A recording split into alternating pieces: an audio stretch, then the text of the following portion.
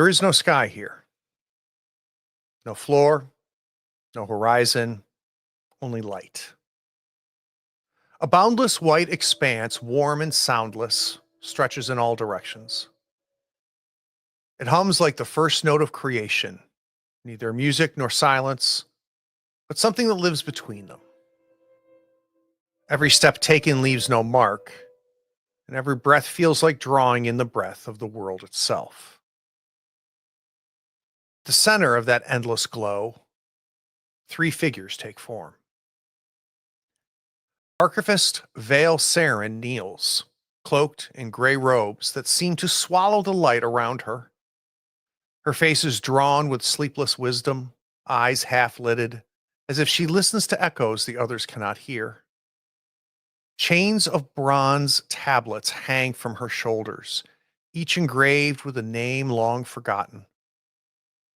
She bows her head before the radiance. Opposite her stands Pathfinder Kalis Moore. His silhouette cuts sharp against the brilliance. His coat burns crimson at the edges like a banner in the windless void. His voice trembles with conviction, and his eyes blaze with the reflection of invisible fire. Faith given form. Between them, the Ember Matron Ysala manifests. Not a figure of flesh, but a woman-shaped flame woven of pure light.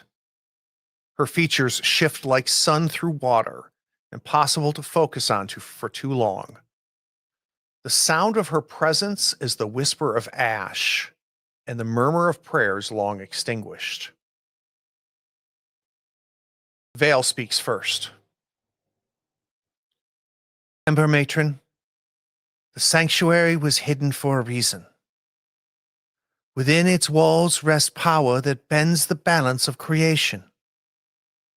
Should good or evil triumph, the world will unravel in victory's embrace. The Emberfold was founded to hold that line, to guard against the ruin of either side. Words fall like soft ash absorbed into the light. Moore's voice cuts through the silence, bright and fierce. It was sealed by those who lost faith. The vigil fears the flame they claim to serve. The sanctuary is not a wound, it's a cure. We are close, Ysala. The signs align, the prophecies unfold. Our initiate stands where the old paths converge. Soon the gates will open, and the truth will return to us. For a moment, there's only the sound of light itself, buzzing faintly, like wings against glass. Then the Ember Matron lifts her head. The Emberfold was not born to flee the fire, nor to feed it. She says, her voice a chorus of every soul that has ever prayed. When the sanctuary is found, I will walk its halls myself. Only then will I give judgment on what we shall do with it. Her radiance swells, pure and blinding. Vale shields her face, whispering a prayer for restraint. Moore does not look away. Then the light fades. They stand alone once more in the formless white. Two shadows in the heart of eternity, both certain they serve the flame. Attention, brave viewers. This video features adults immersed in a spine-chilling horror RPG experience. The content likely includes supernatural elements, horror-related events, and potentially scenes of violence. Viewer discretion is advised. Enjoy.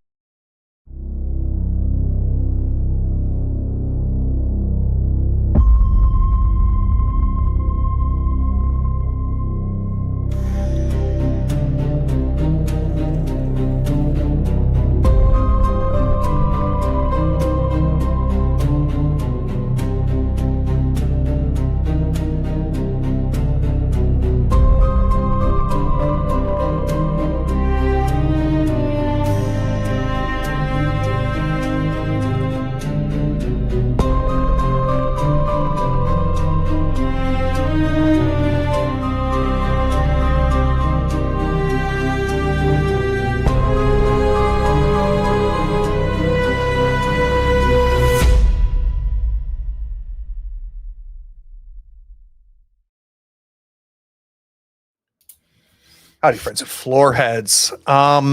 We left things in an interesting spot. So the four of you have come home. Or Elias, it's an ancestral home or a familial home, maybe not where you've ever been or lived. And immediately, it was Tom Condi, Van's adopted father, the father of the man who died, that created the wronged. And you guys got to the bar and just things weren't right. You could just sense that there's some people there that weren't happy to see the Remingtons. But everybody was so happy, including Mr. Condi. And you did some poking around. You kind of figured out there's this congregation of the cleansing flame, some sort of adaptation of religion that has kind of risen up here in Gloucester. You've also decided that they have some supernatural abilities. Both Elias and Adriel got to experience them firsthand. So we ran back to the RV, our safe little haven, and said, hey, we need to get Mr. Condi out of here. He is in danger. Van then hopped out with a fire axe, got up on top of the RV, and decided to just whack at a power box on a telephone pole with the idea of cutting power to Sammy's place. And then hopefully that would be a way to get Thomas out of there. After a spectacular roll, Van was blasted and shocked by hitting the box and went flying off the roof of the RV, and landed on the sidewalk across the street in front of Sammy's place. We left it with two people that Adriel interacted with, who we believe are members of the Cleansing Flame, dragging Van into the alleyway between Sammy's place and the next door. Van, you're out cold right now. So I want to find out what Declan, Adriel, and Elias are going to do. After you're done laughing. What had happened was... Sorry, team. So I think the laughing is cut short immediately by seeing the two people grabbing Van and dragging him to the alleyway, at which point... I was like, shit, guys, we gotta go. And I just grab my sticks and my revolver and just run out of the RV. I don't even wait to see if the other ones are following me yet. I use my wings to teleport directly to Van. Okay. Elias? I think Elias is going to follow along. Maybe not quite as hurriedly. A little bit more watchfully, because he knows there's others that are maybe involved. Doesn't want to get caught off guard. So we watch Adriel's wings engulf him, and he vanishes out of the RV. Declan throws the RV door open, jumps out man of action, and runs to the alleyway, with Elias behind, kind of maybe taking a bit of a safer route, instead of just jumping straight in, kind of stepping out of the RV. It sounds like you're backup to Declan and Adriel, but you're not going to be the vanguard into the alleyway. Never.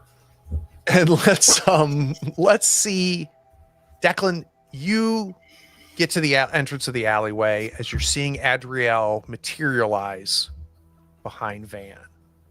Van is on the ground. His head is laid at the knees of one of the men. And the other one looks like he's praying. He's got one hand on Van's chest, and his eyes are closed, and he's kind of looking up as he's speaking. And Adriel, you're probably within earshot as you materialize right there. And he says, in the name of the innocents, he does not know what he does. But he doesn't deserve to die. No innocence. No more death. And Declan, you run into the alleyway.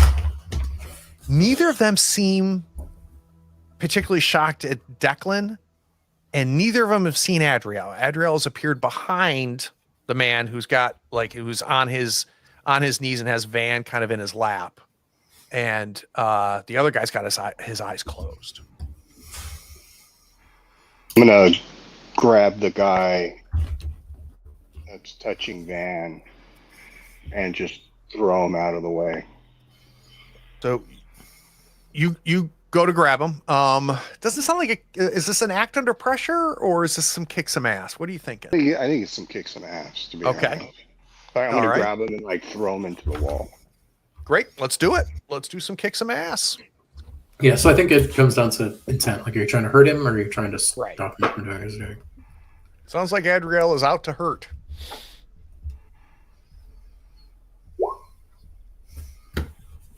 Okay. We rolled a 6. I think we'll take it. We'll take it. Yeah, let's mark the experience. Adriel, it's unexpected. You grab him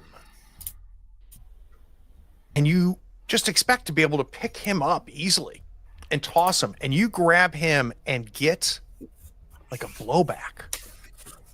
Something inside of him pushes back at you and you are blasted backwards from him. Declan, you see Adriel fly like 4 or 5 feet and land on his back. Go ahead and take 1 harm for me if you would, Adriel. Armor, Nick. my suit absorbs it. That's fine. Yep, totally absorbs it. You land Back on towards the you land street? on the ground. No, back deeper into the alleyway. Declan, you come around, you see this, and Declan, to be clear, what you saw is Adriel materialize. The man who's got Van in his lap doesn't notice, but he is looking up and seeing you. The other guy had his eyes closed, and you saw Adriel grab him. You fully expected the next beat, right? Which is just him tossing him like a rag doll, and he gets blasted backwards. It's almost like the man doing the prayer didn't even realize that Adriel had grabbed him. There's no change in what he's doing. And I'll just run towards the alley. Get your hands off him. Oh, and the guy on his lap says, and he kind of was like had his hands on like on his shoulders, kind of keeping Van's heads up. Van's he puts his hands up. He goes, "No, we're not going to hurt him, sir. We're not going to hurt him. He's been hurt. No, sir. You misunderstand. I don't know if you saw it, but he was blasted and fell onto the street." I saw him fall in the street, and I saw you two drag him into an alleyway. What are you doing? Sir, all we're trying to do was to make sure he's okay. My friend here is praying to the one that'll rise in hopes that he'll heal. But and there's abject fear in his face, Declan. You have scared the shit out of this guy. And the other guy stops praying, and he goes, no, and he kind of like puts his hand away from Van. We're not doing anything. Then what happened to him? And I'll point to Adriel, who's been blasted against the wall. And they both look backwards, and they're just surprised. Where did he? Hey, he was in the bar. He sat down with us at the bar. We don't even really know him. He was going to talk to one of our friends, and we left to get a smoke. And they kind of like they're gentle with Van, and they lay Van on the in the alleyway on the ground, and they're both standing up, and now they realize that they're trapped. Right? You've got Adriel getting up on one side, and Declan, being incredibly intimidating on the other side, and they are scared to death. Who are you, and why you're in the practice of taking men in the back alley to pray for them? No. I'm Bobby. I work down at the garage. This is Steven. Steven, what are you doing now? I'm kind of between jobs right now. We're nobodies. We're members of the faith. We were just trying to help. Please don't hurt us. We'll leave. If you promise that he'll be taken care of, we'll go. Here's what's about to happen. I'm going to approach I'm going to take my uncle and we're going to take him to a hospital. You're welcome to pray for him on your own time and with your hands off of him. Do you understand what I'm saying to you? Completely. And they're like pressed. If they could absorb themselves into the walls of the alley, they would. And Van, you're starting to come to. What are you going to do, Adriel? I get up, let myself off, pull down on my bottom of my suit to straighten it out, and I'll just walk over and pick Van up and help him back to the RV. Elias, you've seen all of this from where you are.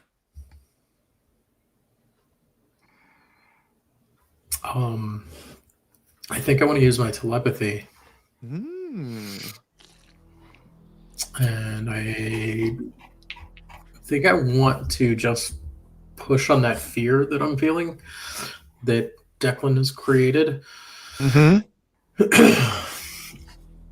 get them to get them to tell us everything that they're not, anything that they're not being 100% clear, like honest about.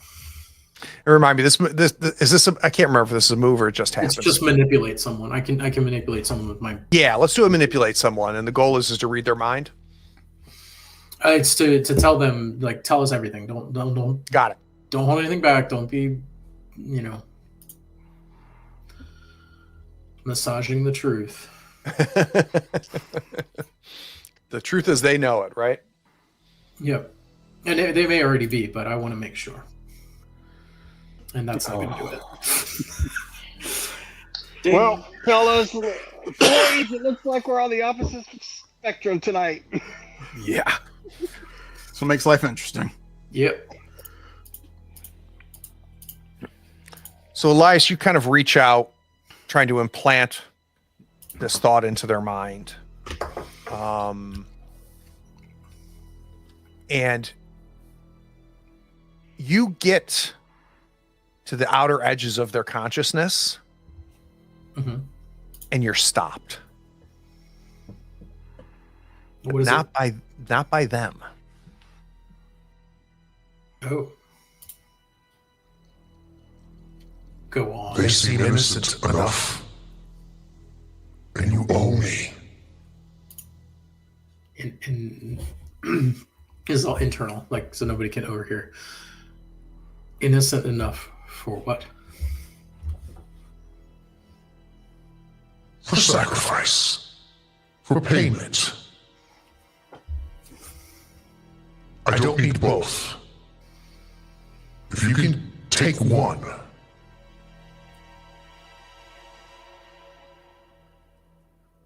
I'll consider it enough for now.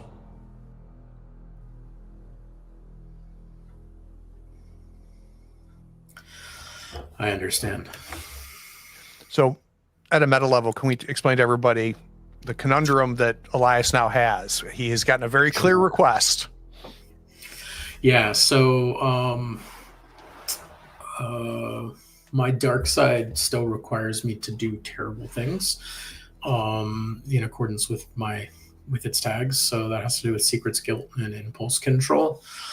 And if I don't do it, I will lose access to all my powers for the remainder of the mystery, or at least the session. A session. I'm not going to do that for the whole mystery. That's a lot. That's a lot.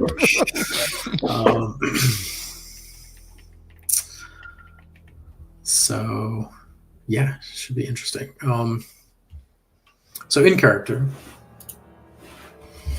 I think Elias says, as they're gathering up Van and they start to take him to the RV, presumably, I don't think we have another vehicle anymore. He says to Declan, like, I think he puts his hand on Declan's like elbow because that's where he can reach, and he says, I'll catch up. I think there's more to learn here. You sure? And he doesn't make it a question. Like, it's absolutely a statement. Okay. And I'll be back into the alley with Adriel and Van, but I will make sure that I am backing out with eyes on Bobby and Steve until we were safely out of the alley with Van. Yeah, and it is obvious that you had a desired effect as you charged in there, Declan, and it was very successful. It was very successful. Elias, as you start walking towards the alleyway, you can see them go, oh, where did that other guy come from? I don't even know. And they're just kind of, they're relaxing. One of them's got their hands on their knees and they're trying to catch their breath as you walk into the alleyway. Van, you're being carried by Adriel. Declan is close. Are they paying any attention, like, to me walking towards Not them yet. as this kid? Yeah. No, Good, I think, I don't I'm think gonna so. stay to the shadows and kind of sneak up. Mm-hmm.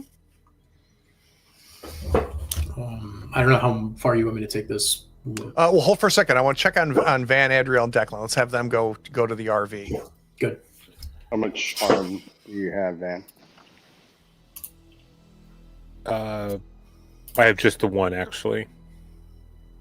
Okay, I will set him down, and I will use magic to heal. Let's do it. The desired effect is to heal.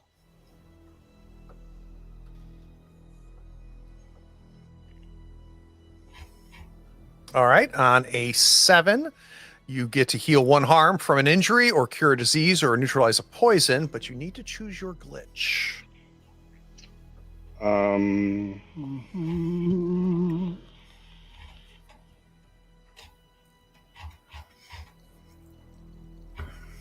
I think I will do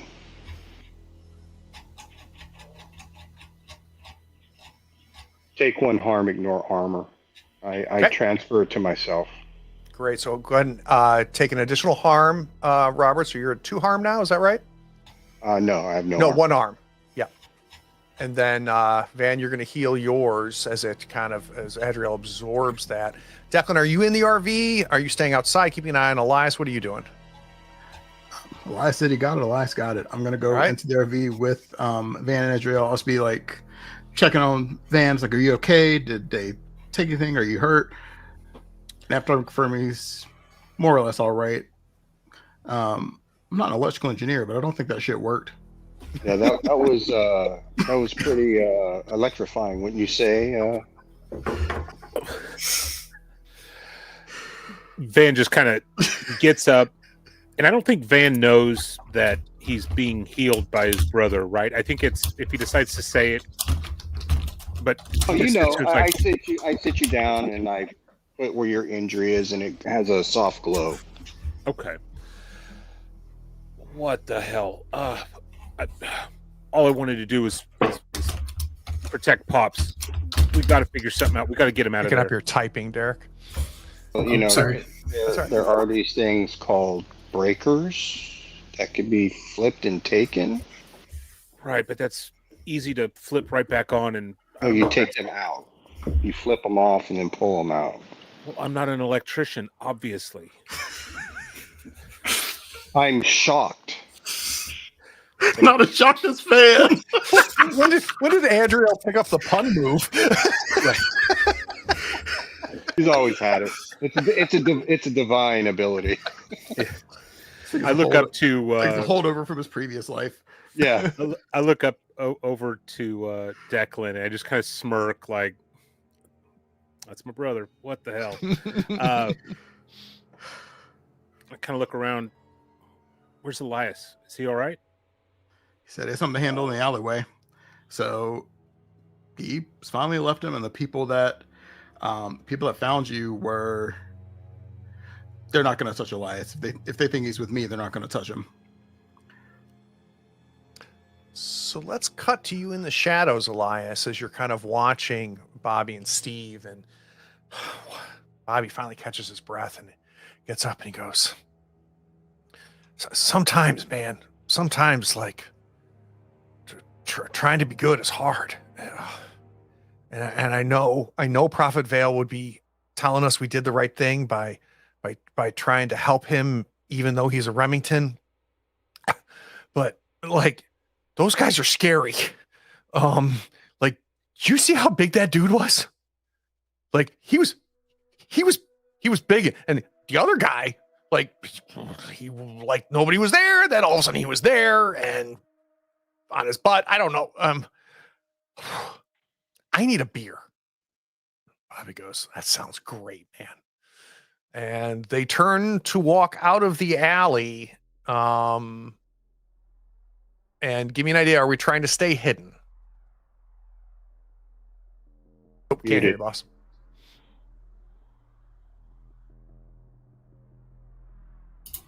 Yeah, I think I'm going to try to stay hidden. But I think what I want to do is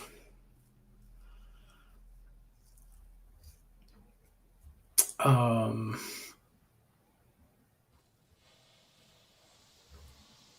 trying to figure out if I can do this with magic.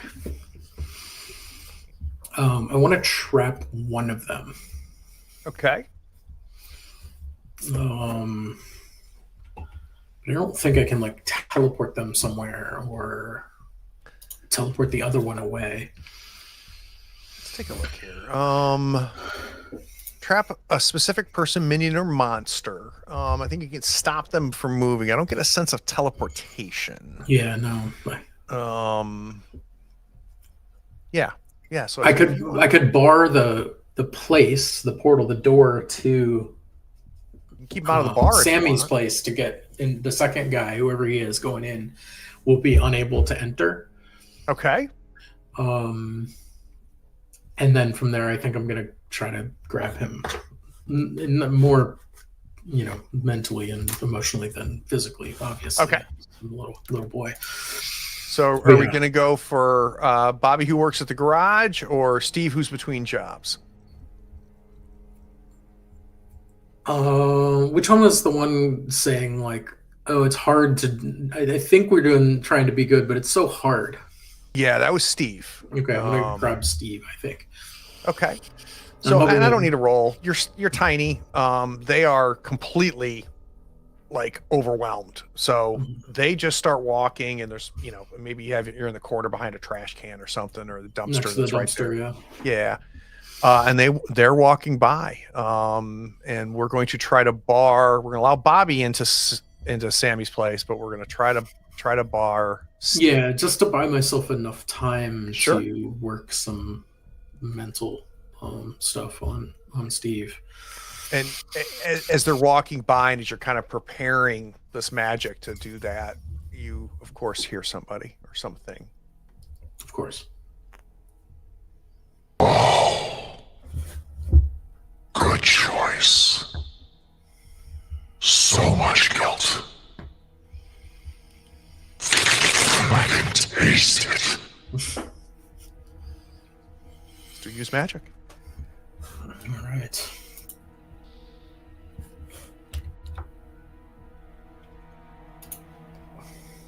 It'll be plus weird, which I think you have like a 7 in or something. No, it's just a 2. There we are. You have the effect, no glitch. We're back on track, guys. We're in the good rolls again. We see Bobby open up the door for Sammy's place. And it looks like he's going to open it up for Steve, like let Steve in first. And Steve just stops for a second and goes,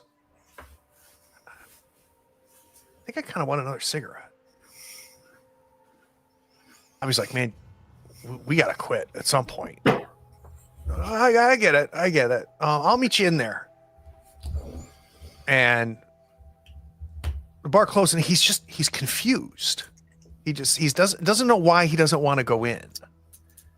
He just doesn't. And he's just mindlessly like, oh, I guess I should have a cigarette. And he's just standing by the front door, right by the window where he was before, where they were catching a smoke.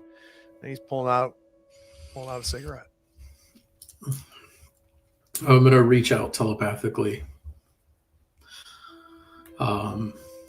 Which I don't think has a voice necessarily with it. It probably uses I'm not like my passenger. Yeah, it's more just becomes your thought becomes his thought. Yeah.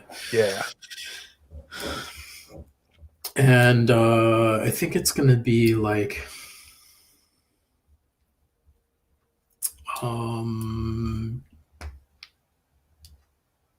saying things to him, like, this still isn't going to make everything right. That this doesn't make up for it. This isn't enough. You're not. Maybe it's more like I'm not good enough, even if I try. All to right, be good. let's do it. So this will be manipulate someone. Yeah, that's the one I'm real good at. As we saw.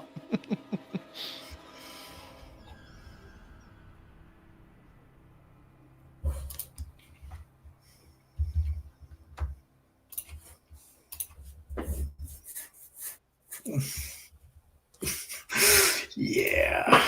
So he's kind of leaning up against the big window, and there's two big windows on either side of Sammy's place's door, right? And both of them are completely covered with like sports memorabilia, posters for the local teams and things like that, on purpose. Condi likes it dark in there. He, doesn't want people just walking by. He wants it to be a place of privacy. And honestly, I think part of it for Thomas too is if it's just him in the bar, he doesn't want people to realize the place is empty. Though that hasn't been an issue lately. And then Steve's leaning up against the window and lights a cigarette, and he's kind of looking at it like, why did I even light this? He's sitting there. And he has just a confused look on his face. Like he's not really sure why he's outside. He's not really sure why he lit another cigarette. He's got feels like a little bit of a pressure headache happening. And this time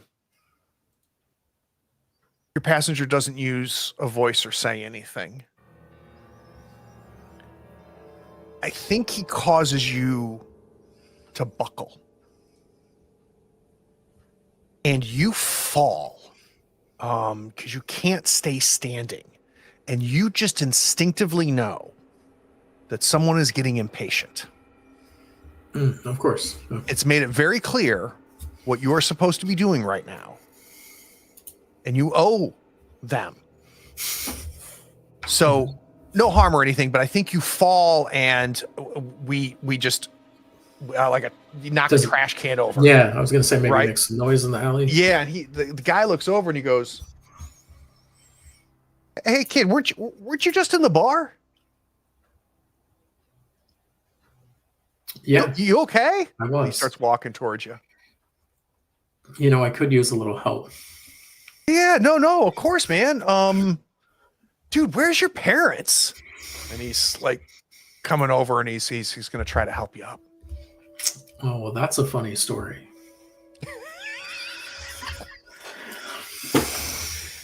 He reaches down and he's just picking you up. Dude, you got like, oh man, you got, I don't know what that is. That looks like bacon grease or something, man. That's like all over your leg. Yeah, I don't know what it is either, but he's like, oh, help me. And I think he's going to kind of grab hold of the guy. And I think I'd like to at least jinx him, because I think Elias at least feels at least confident in being able to do that. But he's still shaken because he doesn't know how he's going to fulfill this need without the power. It seems like the power isn't there. Oh no, the power is you know this instinctive. The power is there to do something very specific, and your passenger wants to absorb his life. That's what he wants. Wants him dead. He wants him dead, and he wants you to stand there as he dies, the way you stood outside the orphanage and watched that death. Okay. Right. So he's very specific. Okay, well then in that case,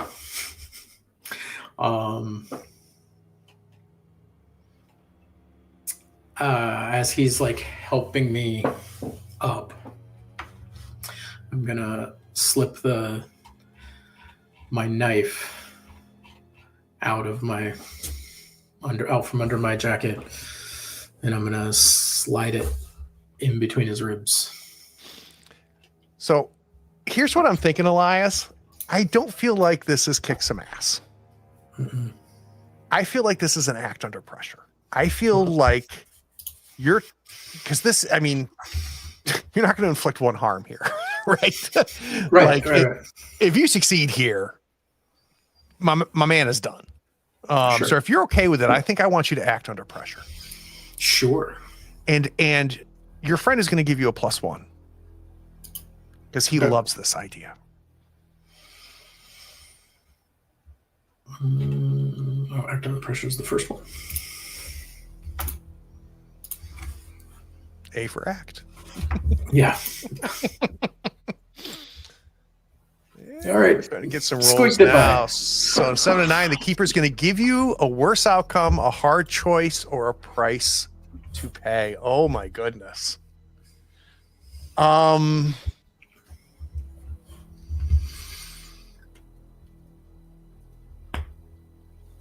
He's picking you up,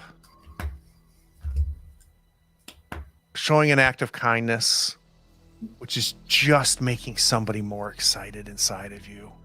Loves this, loves the innocence of it. And you slide that blade into him. And the look on this man's face, like he doesn't even yell. He can't process what's happening. He comes over, this little kid is in the alleyway and he falls over and he's got like grease on him and I'm picking him up and now there's a blade in my abdomen.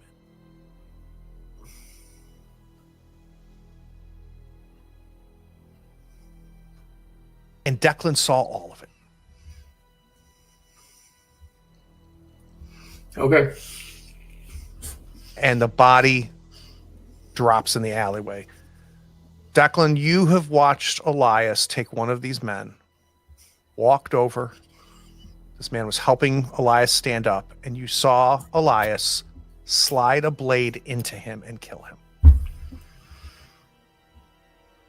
Elias! And Declan will just go running towards him. Aren't you guys in the RV by now? I think he saw it from the RV, so he had to Yeah. come back out of the RV. But yeah. And first he'll actually go check the guy, see if there's any chance for him at all. No, his pulse is gone. There is blood pooling over it. Elias is covered in this man's blood, like elbow deep. Elias, what the hell did you do?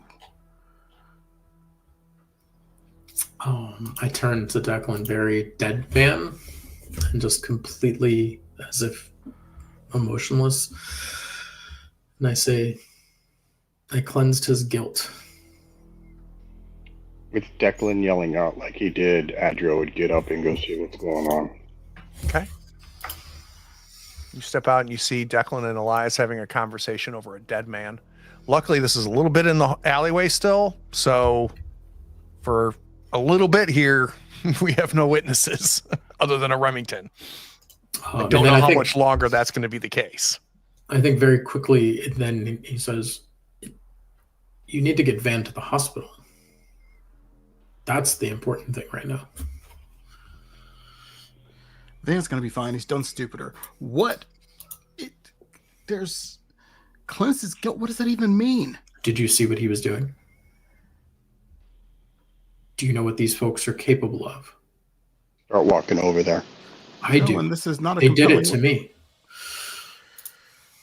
What in did the they bar. do? What did they do to you?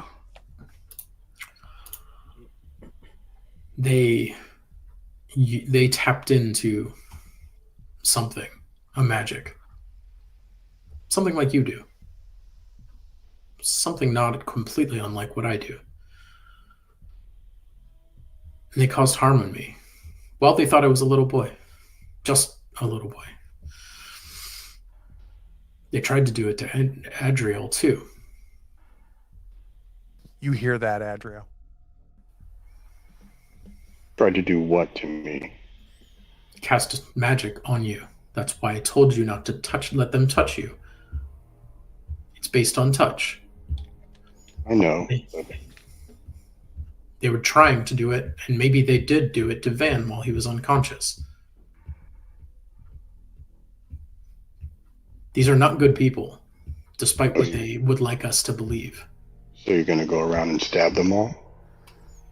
The ones that hurt my family, I am. I don't think they've hurt your family. You let me know when you can read Van's mind. As much as I enjoy this philosophical debate, we still have a dead body to attend to now. So what's the next step? Maybe don't be here when it's found. That's 2. And Adriel turns around and walks away. Declan? Get back to the RV. We've got to get you cleaned up now. Okay. So Walk Van, back into the RV. That's all that's going on. Van steps out. He doesn't know what's going on out there with you guys. He's still hyper focused on this freaking electrical panel. I'm actually gonna need you to take a minute. Even despite what Adriel did, like I still think you may have to like sit on the couch for a second as Adriel walks in, if that's all right. Well, at least let me open a beer. Yes, you while can I'm open on a this beer. couch. Okay. Adriel, you come in. Van's having a moment, drinking a beer. And behind him is Elias and Declan. And Van, you see Elias is covered in blood. He killed one of the guys in the alley. We need to go. So if you're in fear of pops, you need to take him out now. We have to leave.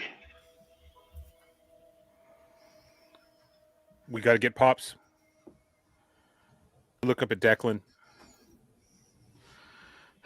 Got to get Trust Pop. you. Go get him. You can go with him if you want, Van. Declan, let's go get Pop. I'll All right, start let's the RV and back it up as close to the door that I can get to, so when they come out, they can get them right in and take off. So Declan and Van, you charge out of the RV almost like while it's starting to be backed away by Adriel, so they can get even closer to the front door. And you throw open the door to the bar. You come in. It's exactly where you left it. Everybody's having a good time, cheering, singing some terrible song off the jukebox, and Pop is behind the bar. And he kind of acknowledges that you guys are there, and then just kind of goes back to the conversation he's having with one of the patrons. How can we get that? Oh, I've got a terrible idea. Can't be worse than what I did. Shoot. And Declan will, remembering the conversation from thanks to the previous episode about our neighbor behind the bar, will start shouting in a panic about the possum. The possum's gone rabid and attacked somebody outside. We need to get out of here. What? Like everybody in the bar is like, huh? The giant possum by the dumpster, the one everybody was talking about, mauled a man outside. We need to clear here, call animal control, and get this taken care of. Stat, we've got to get out of here. Let's talk about what we're trying to accomplish here, Declan. Which I love this. So you want to clear the bar? Do you want to try to get Condi like at the back of the bar where the possum is? What are we trying to do? So I think the initial shouting is Declan's coming in a panic, like he's just seen something, because he has. And that is to try to scare or rouse enough of these people to get out of the bar where I can easily get to Condi. And then Okay. once I get to him, try to direct him outside to the back to quote unquote show him what happened, but to get him into the RV. Trying to cause a scene. Okay. You're definitely doing that. Van, what are you doing with this terrible idea? I think he's just watching it unfold. I don't. I think he's still recovering from his own stupid act, and maybe he's taking a back seat and just waiting to follow whatever Declan's got on deck. And yeah, possum. Yeah. So I don't need to roll for like you get a moderate amount of success here, especially with the people by the door. They're like a rabid animal, and like so we start seeing people going out the front door. They are going to find somebody. It sounds like, Adriel, you're going to come around to the back alley so that go around back, or are you planning on trying to grab people from up front? The back door is closest to where Pop would be behind the bar, correct? Yes. I would. My assumption is that they would know to get them through the closest exit, so that's where I would go.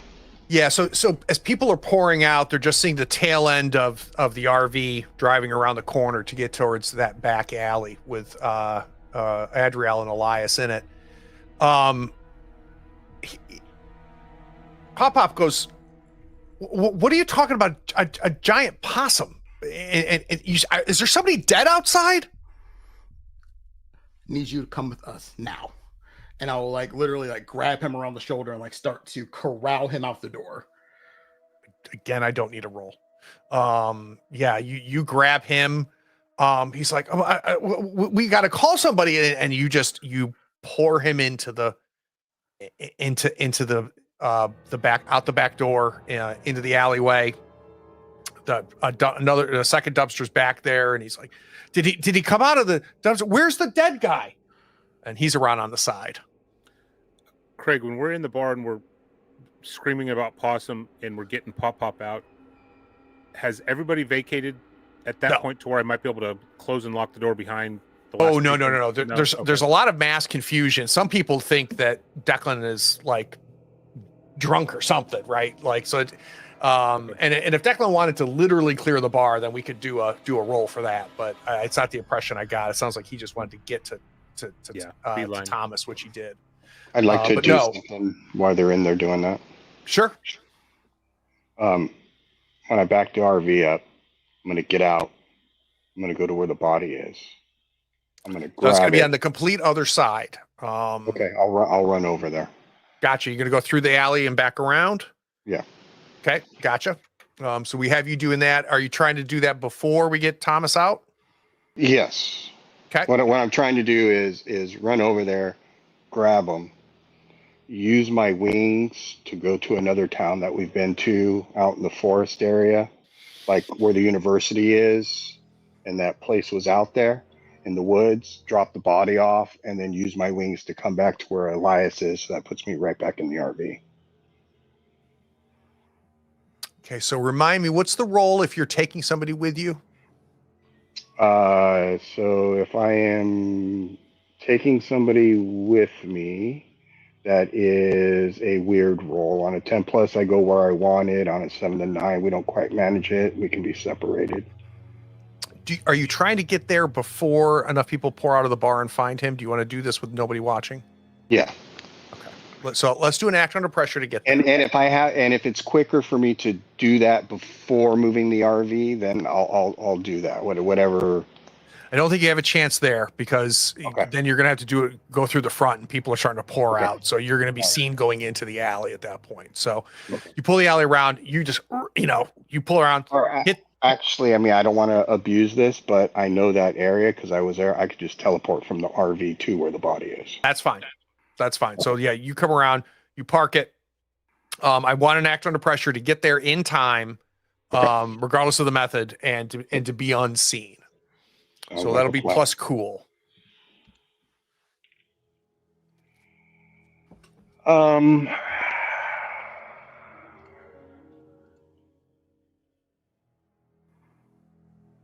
Yeah, I'm gonna fail it. Okay, mark the experience. You come around the And- corner, or actually you materialize back to exactly where you were before. He's a little bit closer to the front towards the street than where they were holding Van, right? So you're shit, right? And you run, you go to grab him as Bobby turns the corner. Jesus, Steve. You zapping? Yes. All right. Let's roll plus weird.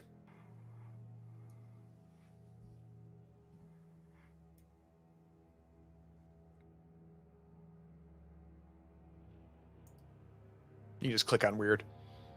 Yep. All right. So you do what you set out to do. You are now. Do you want to go anywhere in the forest? You want to go back to the bunker? Where are we going? Yeah. In back to the bunker area. So you go eyes a blinding light as you teleport, and then the world comes back into focus, and you're in the bunker, and not a whole lot's been done since you were here last.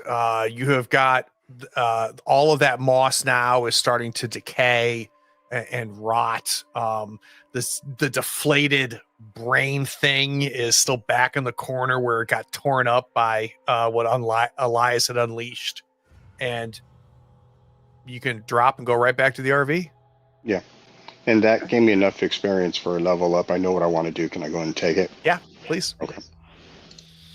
I'm just going to take +1 cool. Great. Yeah, I could. That kind of makes sense based on what's been going on here. So I can see that. All right, Declan Van, you've got Thomas out there. You can see the RV down at the end of the alley, of the back alley. He is confused. Oh, you said someone died? I don't understand. So we were moving the RV around. We saw a body in the alleyway. I do want to be clear. What I said in the bar is not true about the possum. I needed to clear that out to get people away from what's very shortly about to be a crime scene. For what it's worth, possums are immune to rabies, so I just made that part up. But that's, I don't care if it's 100% true, by the way. But Stay in school, kids. Say, just look that up. That's awesome. But we need to get you out of there because you especially are in danger being here. But well, hold on. And he reaches. Let me call the police or something. Jesus. Hold on. Don't. Let's at least wait for Unc to get back before we make any calls. I know he's still in the bar, and I left him there to hopefully try to clear it the rest of the way out. So give us 2 minutes, and I will leave him there and take off and leave him in there, go back and look back out of the RV. So sorry, Pop. I know this is confusing. Give us 2 minutes. I'll be right back. I promise. So you're running back into the bar. He's got his phone, and he doesn't say anything, but he kind of says, "All right." I mean, he's holding his phone, and you come back into the bar. Elias is in the little RV bathroom, okay, shower area, cleaning himself up. Probably a good idea in case Condi's brought back into the RV. I think that's a smart move, Elias. So Van, you're still in the bar. Declan bursts from the back room. Yeah, and I imagine what he's seeing is Van, maybe on a stage area or on some milk boxes or some boxes of some kind, with a pistol in his hand. Oh, Jesus. Screaming, "Everybody get the fuck out now! Clear out of this bar now!" Screaming at the top of his lungs. Okay. That's what you see, Declan, as you walk right in.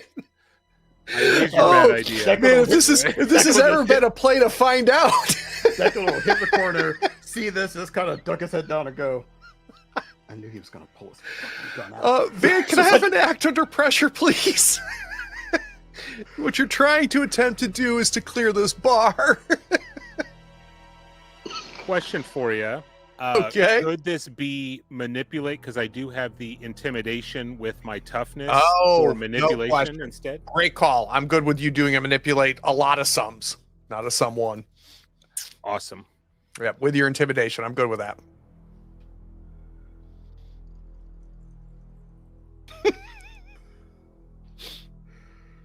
Oh, Dang.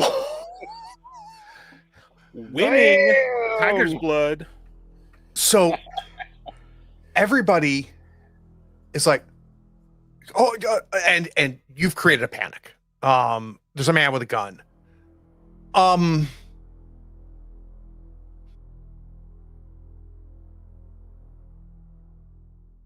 Yeah. You see people pouring out the front door. Declan, there's a, oh my God, he's got a gun. He's got a holy God. I haven't finished my beer. And they're just, just pouring, just falling over each other to get the hell out of here. I think that Declan will hear that before he's able to like cut the corner and get in the room and be like, who's got a shit? And he'll come around and see Van sitting there waving a gun. How is the bar like completely empty? The bar empties pretty quick. Yeah. I mean, that was a 14. People were intimidated and they got the hell out of there. So the bar's empty. Once it's empty, I slam the door, flip it over to close, turn off the light, and lock the door and head out the back door with Pop and locking the door as we're leaving. This place is going to be secured when we leave. Okay. You guys come out the back door. Thomas is there going, well, I hear a bunch of people yelling and screaming out front. Do you think the guy's back? More people are getting hurt, are they? And he's like, you see him like he's now trying to walk to go back around to the front of the bar. Pop, we got to go. We got to go. I'm sorry. It's dangerous in there. And I kind of push him and corral him into the RV. And so we can get out of here. And hearing his question as Van is like corralling with the RV, I'll just be behind, like reassuring him, nobody else getting hurt, everybody's fine. I will try to avoid saying that Van waved a gun at everybody to get them out of the building, just because I don't want to like mess with his blood pressure anymore than we clearly already have. So. And he's not as fast and as young as the two of you, right? So it's a little bit of kind of like, come on, Pops. He's moving as fast as he can as you kind of like shoveling him towards the RV. And he's, is this what you guys do now? As you kind of both have an arm. And I heard, oh my God. And you get him into the RV. Look up at Adriel. Are you in the driver's seat? Are you back yet? Yeah. Okay. Adriel, we got to go. There is some blood on Adriel's suit. How no? My suit is magical aura. It never gets dirty. Oh, jeez. Well done. That's part of the armor thing we wrote into the armor. Nice. It's dirty. Very nice. That was a joke of the first episode. Steckle's like, does it never get dirty?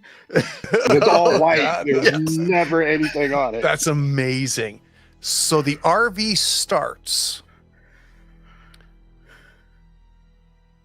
Declan, your phone buzzes. Okay. Is it a call or a text? It's a text. All right. Unknown number. Are you alone? Question mark. Who's asking? I'll thumb type and send back. New phone, who dis? Reply back. Friend, just text when we can talk and you're alone.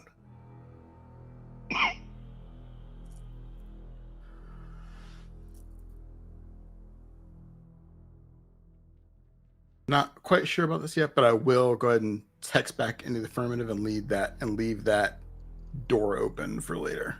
Okay. Because I've got other things on my mind right now. I can't have a full-blown conversation with whoever this is. You're a busy man. Where are we headed, Adriel? I look back to Van. Where are we going?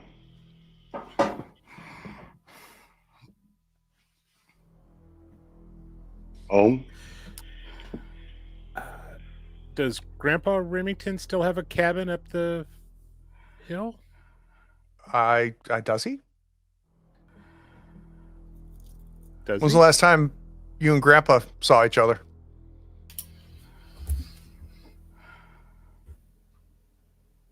Oh, that's interesting. We haven't flushed this out. Is do it Grandpa right still now. alive, given the curse?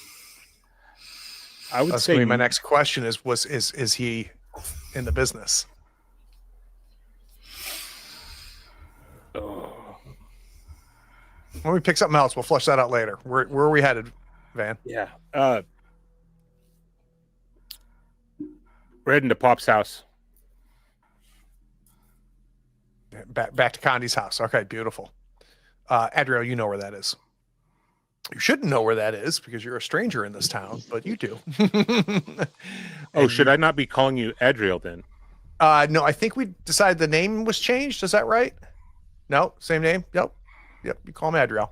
I introduced myself as Azriel to him. Oh, perfect. We went to the bar. Condi doesn't like the idea that you're the Adriel he knew. Like that doesn't even cross his mind, right? So it's not even suspicious. Okay. So let's cut to Thomas unlocking the door to his house, going, well, you guys need to explain to me what the hell's going on here. And I mean, I appreciate you locking the bar up and stuff, but like what the hell? And he opens the door. Elias, were you in the bathroom the whole time? Were we coming out during the short drive or? No, I think he's going to stay in there. I think if anybody pays attention, you're going to hear a lot of like the water run, not the shower water running, but the sink water running. Like he's like washing his hands like the whole time. And I want to say, if you're okay with this, that you have a level of endorphins running through your system right now. Of course, yeah. Like a small thank you. Oh. Mm-hmm. Who's coming into the house with Pop-Pops? I think I'm going to insist that I walk him in, and I'll be right back out to chat with the family solo. So, guys, I'll be right back. I'm going to take Pop, make sure he's safe in the home. I'll be right back because we need to chat before we continue. Pop, let me get you the house. I got to figure something out with the guys. I'll be right back. So I try to push him in that direction. But like, we got to call somebody. There's a body. You said there's somebody dead by the bar. Are they walking out as they're talking about that, or are Sure. they already when they say that? That's not the first time he's mentioned. He's mentioned it during the drive too. So during the drive, I just kind of caught Van's attention to that and just go. And as they are leaving and Pop said one more time, I'll say, we'll take care of that, Pop. You need to get home. Okay. He just I know it's a implicitly lot. I trusts need you to trust me on this. He does. He trusts the two of you. So I walk him up to the door. I make sure living room's safe. I grab him he's got a small mini bar there, get him some scotch or something, and say, Pop, I'll be right back. Got to get the RV settled, and I'll bring the guys in. So I step away and I go powwow with the brothers. Declan, you get another text message. You can feel it vibrate in your pocket. Okay, what's up? Just like 4 question marks.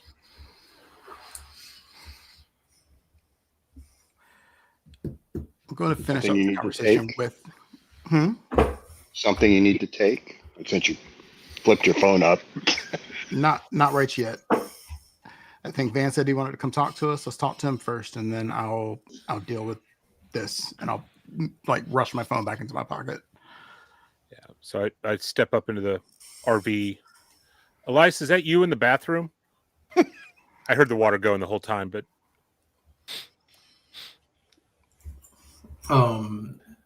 You hear in your mind him. He says yes. guys, I got to confess something. I spoke to Pops the other day, and he's offered me an opportunity to take over Sammy's place, and I'm considering it. He cannot know about what we do. He doesn't know anything about this. You know that, but at all costs, we have to protect him from this. Can we agree to keep this between us and figure out a way of protecting him without exposing this whole underworld that we're part of? Oh. You know, anybody that's identified close could always be in some form of danger. It's kind of hard to say yes, we will to something like that. To the best of our ability is all I'm asking. I know if it gets to a certain point, it is what it is, but Of course. I'll do what I can. yeah. I think that's the point where Elias walks out and he's like wiping his hands, and then maybe there's still a little bit. I think his hands are clean, but there's still like blood on his shirt and like his jacket probably. And he's like drying his hands with a rag, and he says, "Your family's my family, and we protect family." Thanks, Elias. Adriel starts to say something, but it stops. That's it. Let's head inside and figure out our next plan of attack. I'll catch up. I got this unknown number blown on my phone. I need to see what it's about. So at that point, I'm going to break off and let them go inside with Pops. And just to confirm, the body is not a problem. That's a relief. Elias like goes to the closet to find some new clothes, so he's not. He might join you later, but he's like, I'm gonna clean up. Probably for the best. Yeah, So it sounds like Adriel and Val are going back inside to Mr. Condi's place. Elias is hanging out in the RV. Oh, go ahead, Adriel. As Van and I are walking, you can go ahead, but as Van and I are walking, I want to have a small conversation with them. Got it. Elias is going to stay in the RV. Declan, you going to step out behind the RV or something? Yeah, I'm going to step out behind the RV. All right. Adriel and Van, you're walking towards the house. You need to keep an eye on Elias. He murdered that person. There was no self-defense. That scares me. But there has to be more to it than what we know, right? Well, in his mind, because of, I don't know, corruption, maybe he would call it, that they're dangerous and he was protecting us. But while he was protecting us, he put us in danger by leaving a body. It's not that he killed somebody. That's the problem. It's that he left it on it. I was part of it. I rolled said that poorly. he murdered somebody. Murder was already talked about. I like your religion, Adriel. And he's an abomination, and by all means, I should smite him. And I'm trying not to, but he is not making this easy for me. I know what you're saying, brother. I do. We are family, and we need to protect each other, but I also understand we may need to protect ourselves from each other sometimes, and maybe there's a middle ground solution to this. I don't know what's going on in Elias's head. I'll try to speak with him a little bit more and try to get him to open up a little bit so we can understand what's going on in his little brain, because he obviously knows a lot more about some of this stuff than I do, and I don't know where he gets it from. And let him know actions have consequences. And I'm not going to talk to him because we all know where that's going to lead. Fair enough. I'll have that conversation. So You know, we no see matter the- how I'm sorry. No, You go. know, I've tried a couple of times, and either I just come across wrong, or we're just diametrically opposed in the way that we think about things. So I don't think I could talk and get through to him. That's why I'm bringing this to you. You're the mediator of the family. I appreciate it. I'll do what I can. You have my word on that. I don't need that. I know you do what you say. All right, let's go check on Pop Pop.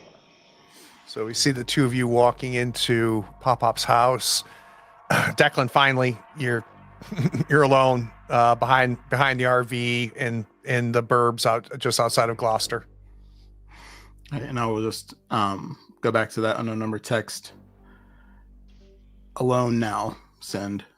Immediately rings. All right, and I'll pick up. Declan, baby. I know. I've never called you, but it's Bingo. Hey, Bingo, what you need? Honey, just real quick. Is anybody else around? Is it just you? No, it's just me. Like you asked, Miss Bingo, what's going on? Van isn't close. They're in the house with Pop Up. Ashes to ashes. Dust to dust. And so the flame maintains the balance. balance. I should have told you earlier, Declan. How could you, from the whole... Okay. What's going on? And I'll even though I'm alone, I will drop my voice at that point. So listen, honey. You're the big reason why I've been following, why I've built that relationship with Van, and all signs are pointing to the fact that the sanctuary is close, and Pathfinder Kalis, I let him know that, and I think this might be your best opportunity, because I think it's in Gloucester. Kalis came to me in a vision and said something that was very cryptic. This had to be what he was talking about. Where do we get this? Where's our proof? We can't just go blind into something like this, Bingo.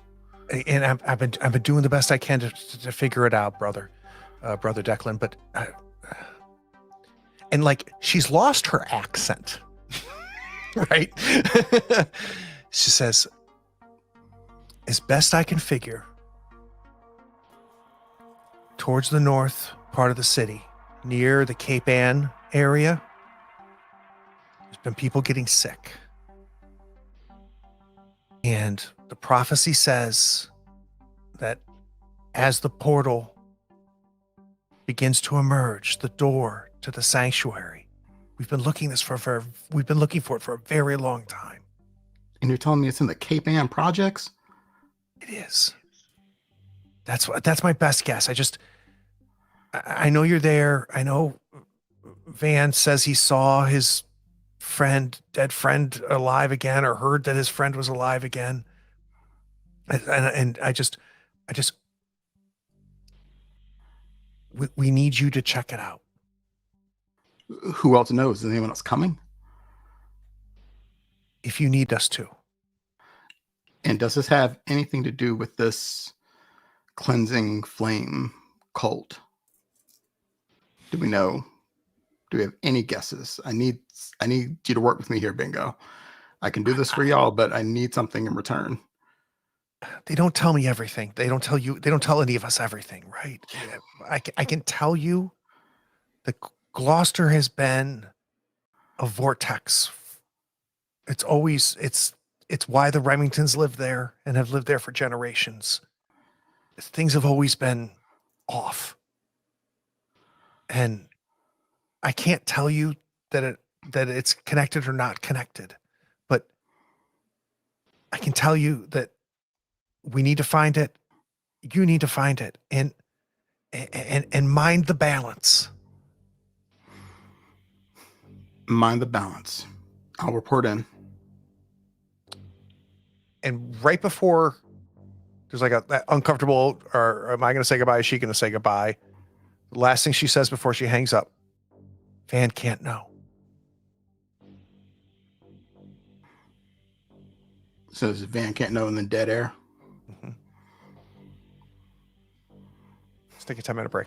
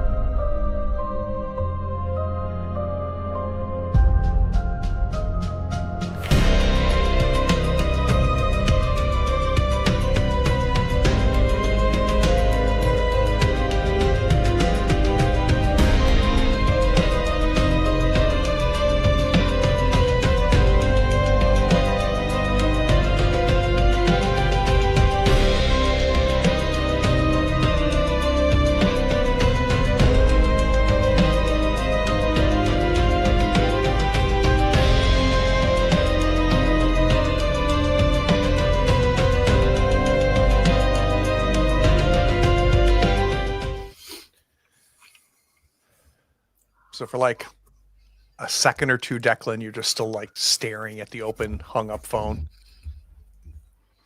Yeah, I was like blinking very intentionally a couple of times before I just like very slowly put it away and head toward Pop Pop's house. Elias, we staying in or headed to Mr. Condi's? Elias is going to watch like out the mirror until he sees Declan go to the house. And then he's going to slip out quietly and take his bike off the back of the RV, and he's going to go. Okay. Let's cut into Pop Pop's house. I don't really have anything. Are you guys hungry? I could order. Let me order some pizzas. Yeah, it sounds great, Pop. Let's do some pizzas. Why not? He calls Gino's. He's in the other room if the three of you want to talk.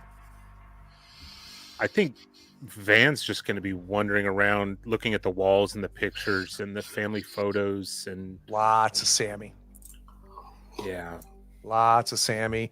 Thomas and Sammy's mother separated. She died, natural causes. But yeah, just lots of pictures. So it's to play here, boys.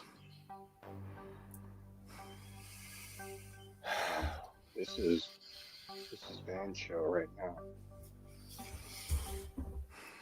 Yeah, I gotta figure out a way of keeping Pop safe while we're looking into this.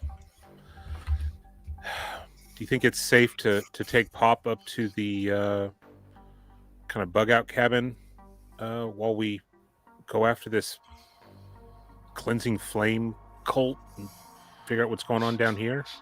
On the one hand, that would be safe. On the other hand, if we don't want him to know about the business, taking him to the Fortress of Solitude might not be the best idea. Well, I do think it'll be safer than being here, that's for sure. So we can do it. Let's think cover story.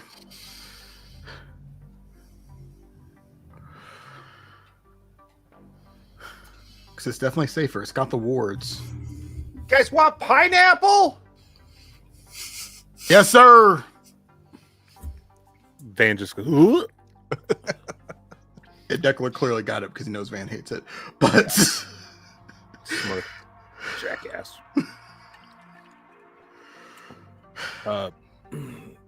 We could tell Pop that this cult has we found out that Pop was being targeted, and that we need to clear his name and protect him from this cult. I don't know. Let me ask you a question. Why are we hiding Pop from what we do? He knows about the family business already, right?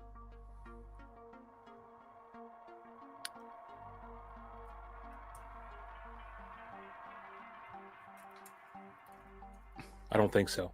No. it's a good clarifying question, though. Pop has no knowledge, correct? Like, there's no kind of background knowledge about this.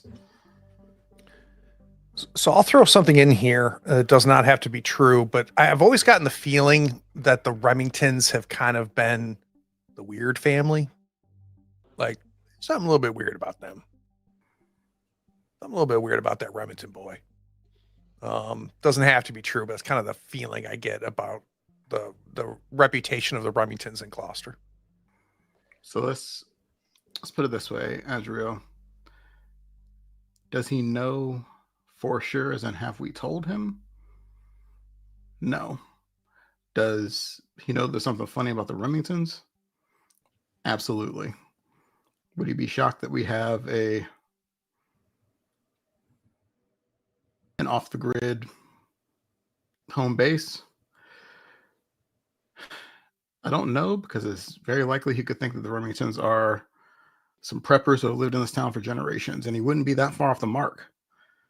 Maybe that's the angle. I just feel it's easier to protect somebody, especially if they're that close to us, by letting them know what's going on. It's I don't. hard for it. Yes, what?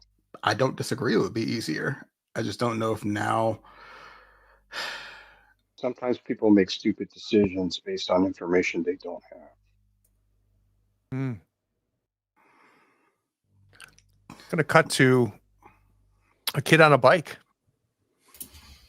Yeah, I think so. This is nighttime, right? It's in the dark. Yeah. And you see him on a dark road on the way out of town towards the quarry. That's where he's headed. See the sign for the quarry. Yeah, it's like Right. quarry 2 miles or whatever. Yeah. Yep. Yep. So that he's headed there because he Okay. had a premonition about what's going to happen there, and he does. Sounds good. All right. Pops comes out. Geno's they usually only take about an hour or so.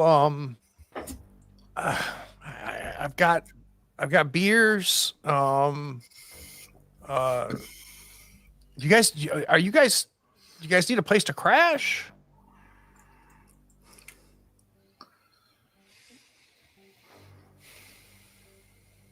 I'd love a beer, pop. Thank you. All right. Yeah. All right. Three beers. I'm fine, thank you. Yeah, just two. Pop. I appreciate it. You want a water or something? Sure. He steps back in the kitchen. You guys could see how torn Vane is about just opening up to Pop about what we actually do and why we're here. For as much as he wants, he genuinely wants to keep whatever innocence is left with Pop, if possible. If he doesn't know what we do, doesn't that mean that he doesn't really know what happened to Sammy?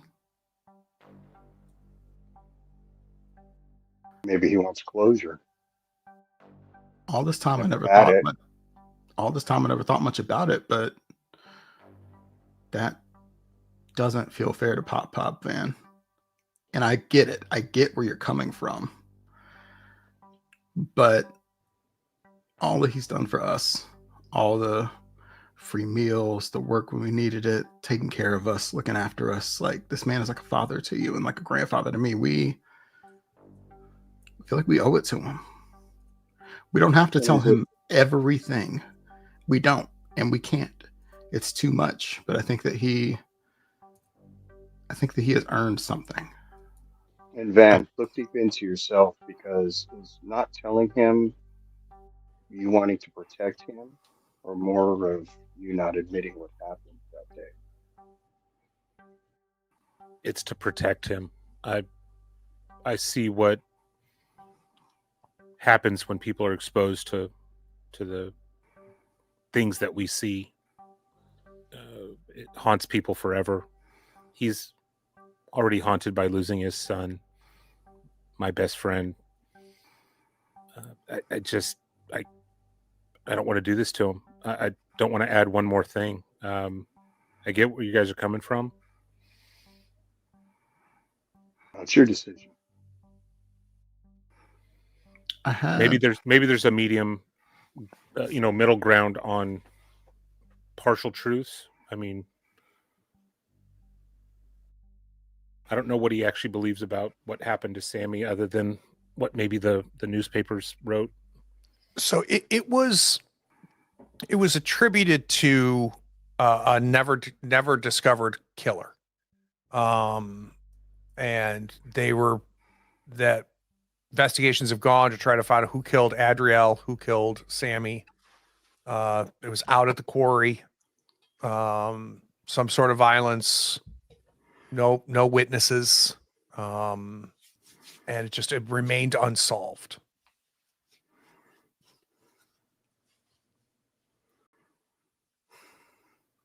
Like I said, we don't have to tell him everything. We also don't have to tell him right now. But what we do have to do right now is get him to safety. And he walks back in with 2 beers and a glass of water. Declan, he hands you a beer. Van, he hands you a beer. And he kind of just, are you sitting or standing, Adriel? Sitting. So he kind of sits right next to you and hands you the glass of water. And he goes, so, how do you know my 2 boys here? A funny story. I like the way Van tells it better. Van, tell me about your friend here. He's a sharp dresser. You look good in a suit. Oh, Pop, you don't want to see me in a suit. My God. No. Thank you, but no. This guy... And at this, as Van is like searching for the words, Declan is just kind of gonna look at him, not in like chastisement, but in just like support and comfort, and just look at him and just nod. Mm.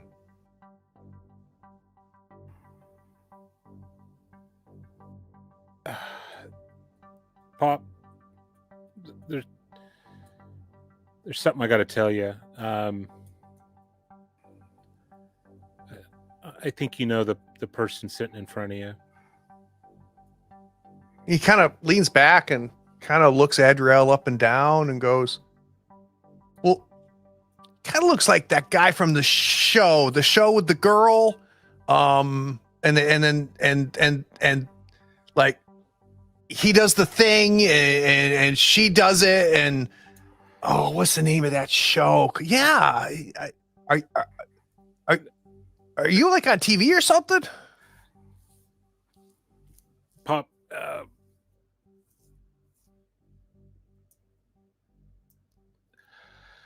that's actually I'll drop my aura so you can see who I really am. yeah. He falls to the floor. He falls off of his chair. Pop up, and I'll just like get up immediately when he falls up, make sure he's like, I'll like pick him up and help him get back. No, he said, "Don't touch me." We can explain. Actually, it's a lot. We can summarize. Well, is this like when I saw Sammy? What? No. I had to think for Declan thinks for a second, and he goes, "No, it is not." What is that Adriel? Yes, sir, it is. Yeah.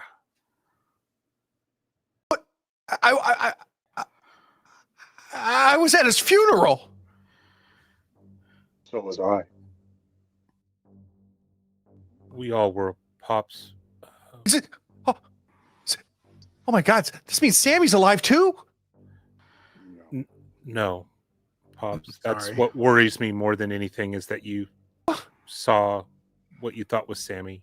Oh, there's Adriel. I am mostly Adriel. I don't understand. This doesn't make any sense. Van brought me back. Brought you back? And I popped my wings out. Oh, for the love of God. I sit in front of Pop and force him to stare at me, look at me in the face. Pop. Deep breath. I use my Please. soothing voice ability on him. Pop. It's okay. I have been brought back for a reason. There is evil in this world that needs to be taken care of. I'm having a hard time hearing you, Robert. You gotta speak up, buddy. Sorry. I was trying to use a soothing voice. That's okay. You can do that, but we still need your mic to pick up your voice. Let me try to turn that gain up. So I have, Van prayers have brought me back, and there is a great evil that needs to be dealt with. If you look, my mortal body is in my grave. Okay. Okay. And I put my wings back, and then I push him out of the aura, so I look not like Adriel anymore. Van, Pop, there's Can you pray for Sammy? I tried. Believe me, I grieved for both my brother and Sammy at the same time. And- Well, why would they bring him back and not Sammy? I've I been know trying to it's- figure that out for many years. I know it's a cliche, but apparently the Lord works in mysterious ways. Let's cut to you getting to the gate of the quarry. Pretty tall fence, chain linked. It's padlocked as you pull your bike up.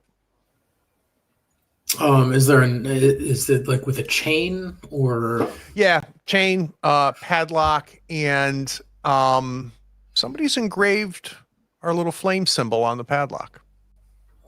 Interesting. Is it like, can I pry it open far enough to squeeze my little body in between? Yeah. Yeah. I also have like a little backpack. I'm gonna pull that through as well, and I'm gonna make my way to. I assume there's like a path or something down towards the bottom. The path's going to take you to the top first, right? And sure, and like, then from there I can spiral down. I want to talk about what you see when you get there. So yeah, sure. I'm telling you kind of what my intent is. And he's going to take his time just in case there happens to be anybody here. But with the lock and everything, he's feeling okay about it. I'll give you a heads up. And then probably investigating a mystery. Yeah, let's get there. So you kind of go through the path. It's not really a path, actually, it's the drive, right? It's the gravel road to get to the quarry. And as you're going, you're seeing some abandoned drillers and shovels, backhoes and things like that just have been left there since the quarry hasn't been dug in a very, very long time. And when you get there, you've seen this before. You've never been here, but you have.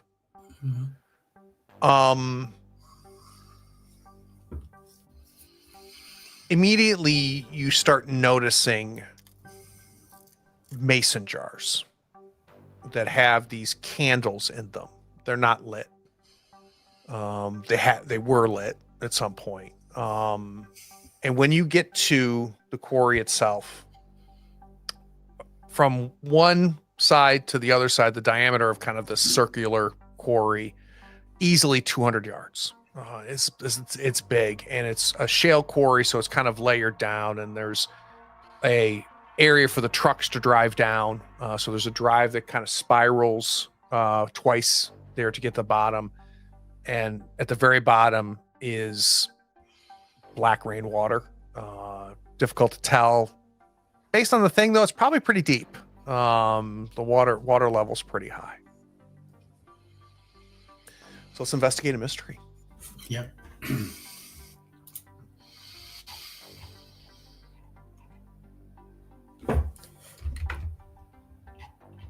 Must be plus sharp.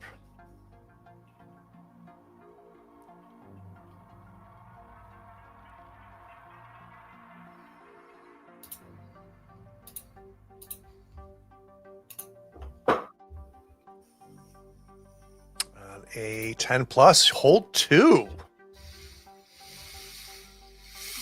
All right. So I think Elias is kind of following the path. Like in his vision, he saw something happening down at the bottom. So he's kind of making his way there. But he's not in a hurry, and he's like taking note of what he can see in the kind of starlight or whatever.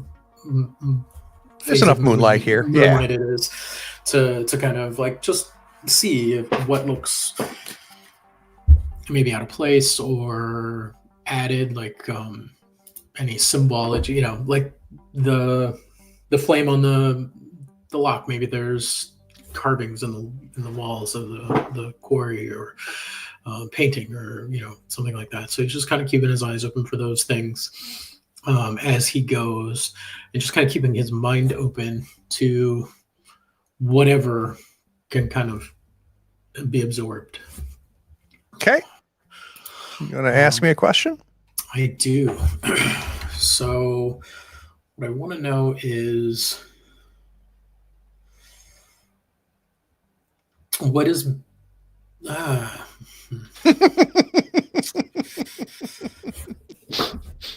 what happened here? It's a loaded question. I'm going to give you two options here. There's what happened here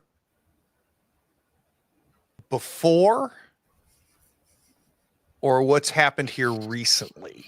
When I say recently, it's essentially since Sammy's death or what happened here at Sammy's death at the event. Which of those two are you kind of looking to understand? Recently. It's pretty evident that this has been established because you pick up one of the mason jars and you can see the cleansing flame symbol on the mason jars. And you just instinctively can tell that this has been a place of worship. That this cleansing flame religion has been coming here. In fact, as you get to the bottom, you can see kind of an area that has been kind of refashioned and a kind of a wood stage has been built, where maybe this prophet maybe preaches from, or speaks to. There's places, obviously, where people have sat and things. It would appear that this has been reclaimed by this religion as a holy place, and it looks like they haven't been here in a while. There's some rainwater in a lot of the mason jars, and it hasn't rained recently. But yeah, this place has been a religious site or a place of worship, but this is not the church. Right. Because it's, I think there was a vision of the church, right? Last session of the actual church. Mm-hmm. So I guess that's going to lead to what is being concealed here.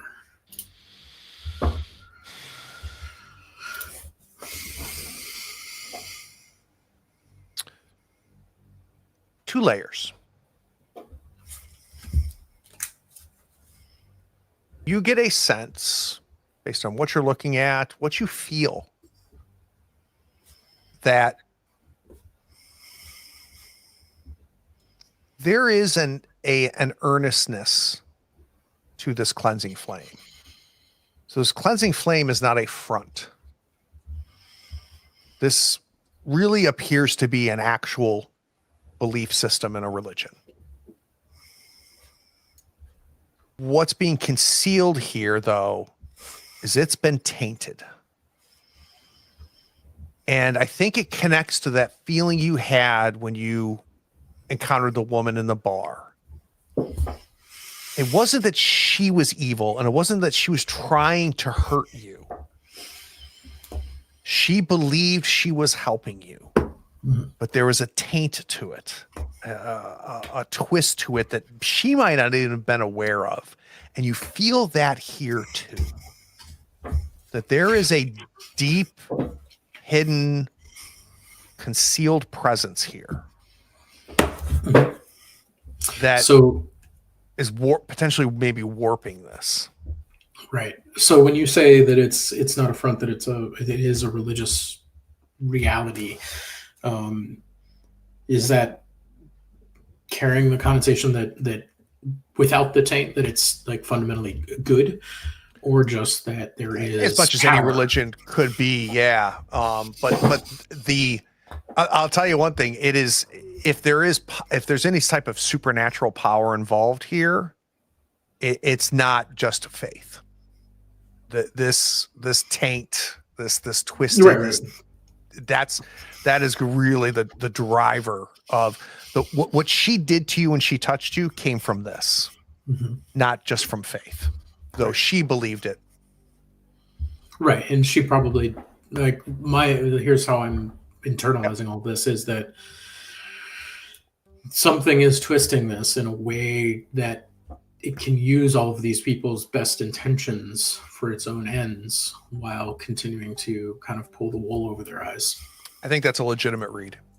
Yeah. I think that's a legitimate read. Pops is starting to calm down a little bit. This is emotionally devastating for him. He fundamentally does not understand, but he believes that is in fact Adriel. And he seems to be racked with the idea that Adriel was resurrected from the dead, but Sammy was not. And then, because he made it very clear to you, like, that he believed, like, I was drunk.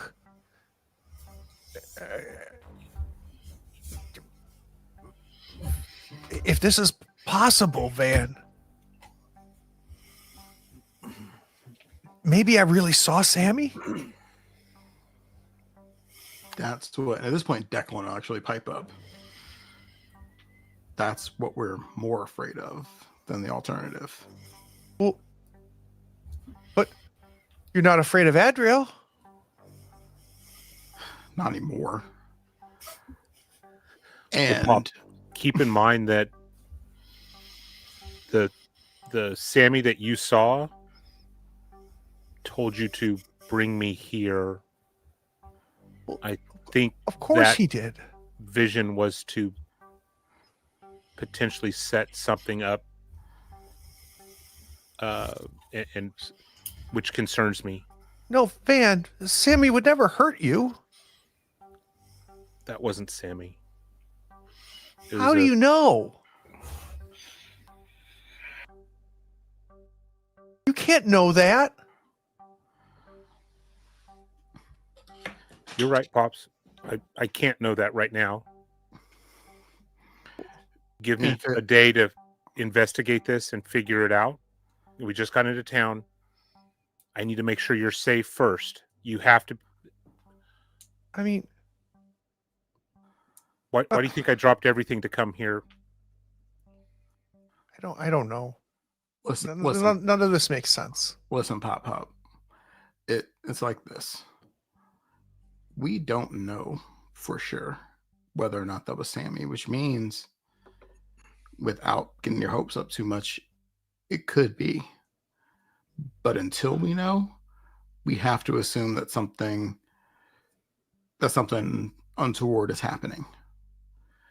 And until we can know for sure what that is, we've got to make sure that you're safe. And if something came to you to try to bring Van back here, there's no telling why that is or where he is now. Where has Sammy been since he appeared to you? I just figured that I had imagined it, that I just was. Oh, who's the little boy? That one I can actually explain, and I will. And at that point, did Pops ever even encounter Elias? I think he was within earshot when you were brought to Van and said, Okay. like, yeah. He will have at least, I think he will have at least the bar. seen Elias. Yeah. I don't think they have talked, but he has seen him. And at that point, Declan will explain that Elias is Declan's cousin through his father, who Pop has some tangential knowledge of, but probably not like. Oh. Okay. Why isn't he with his family then?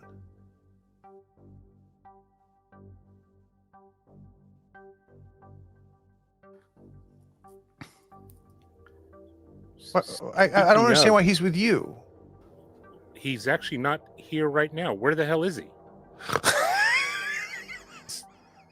Start looking around.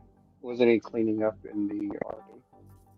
Pops, I'll be right back. I'm gonna go check out in the RV because it's been quite some time. I Yeah, bet you it's been a pizzas are minute. delivered, and it's like, where the fuck is Elias?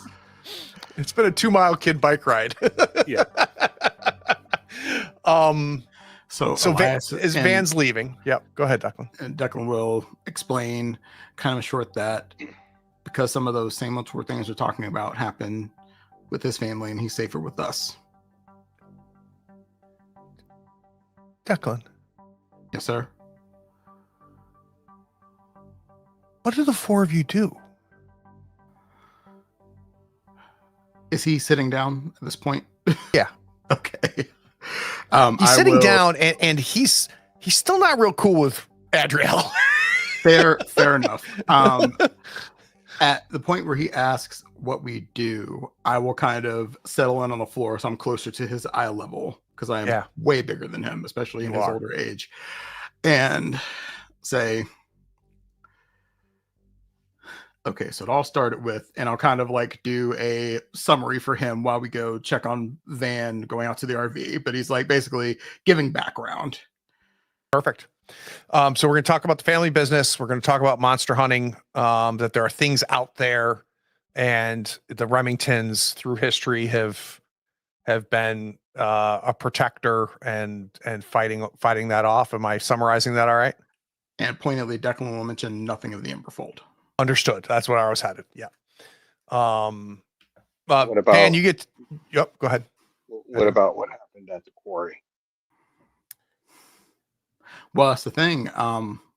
Declan was only 12 when the quarry incident happened, so he sincerely does not know what happened at the quarry. He was too young. If you want to talk about happening at the quarry, that would be Adriel would have to cut in and then explain that. And I don't think he's associated the two. I don't think he associates the family business with what happened in the quarry. He's got an explanation for the quarry. What he doesn't have an explanation for is seeing his son at the bar and seeing your ass. That's what he doesn't understand. That's kind of where I think Thomas would focus. Nick, Van, you get out to the RV. It's empty. Instinctively, you go around to the back and see the bike's gone. Sure, I could see bike tires going in one direction, or maybe there's only one direction to go. I go running inside. Guys, Elias is gone. His bike's gone. He hightailed it out of here. What the hell happened? I have no idea, but we got to find him. Pop. You're not safe here. We need you to come with us. But I the promise pizzas are going to be. I know. I'll pay you back for the pizzas. We've got to go, and we've got to go now. There's pineapple on them. That's not getting eaten anyway. So it sounds like the four of you are going to go to the RV and head to the cabin. Well, we're going to go to the RV and think once we get to the RV, we'll figure out our next step because we now know that Elias is missing. Are you gonna have Pop pack anything? Or... We're still having a hard time hearing you, Robbie. You're cutting low, buddy. Sorry. Are you gonna have Pop pack anything? Yeah, I'm gonna grab Pop. Say, I need you to get 2 days worth of clothes. Get your prescriptions, your meds, shampoo, whatever you need. I'm gonna take you up to our family cabin where it's nice and safe. We're gonna. Do you have another car here? I know we snatched you away from the bar, but No, I just got my truck behind the bar. All right. I guess we're not splitting the party. All right. I think it'll be fine there. Yeah. All right. We're going to take you over to the cabin. Doorbell rings. Unholster my gun, and I go up to the door, look through the peep or the window, or Some pimple-faced kid in a Geno's hat. holster the gun, pull out my wallet, open the door. Hey, kid, how much we owe you? A 4 large pizza left, $47. That doesn't include tip.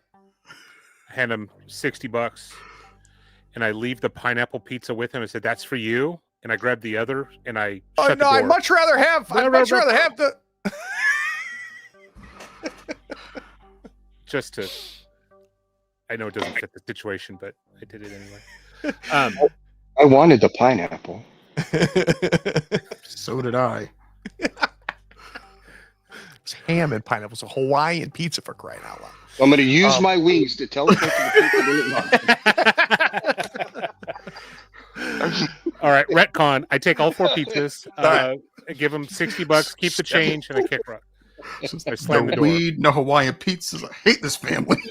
So, yeah. So Thomas is going to pack. You guys have pizza. You got beers in the fridge. Let's cut back out to the quarry. Can't hear you, boss. I have it on mute. So I think from here, Elias is going to start. He wants to tap into his power without tapping into the source of his power directly. Like he's not asking for anything. Understood. And he's and that thing is quiet. But I am asking you as the GM because he's looking to figure out what it's going to take to do some big magic. Can we talk about what we are trying to accomplish with our big magic? Exactly. So what he wants to do is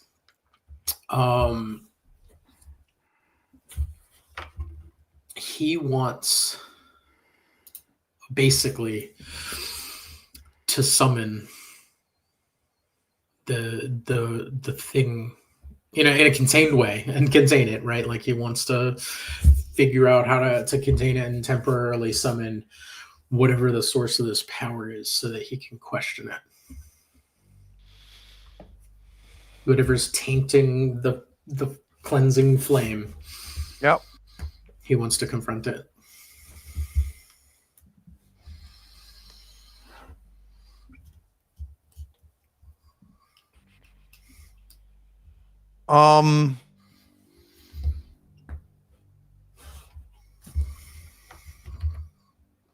So there's like almost like a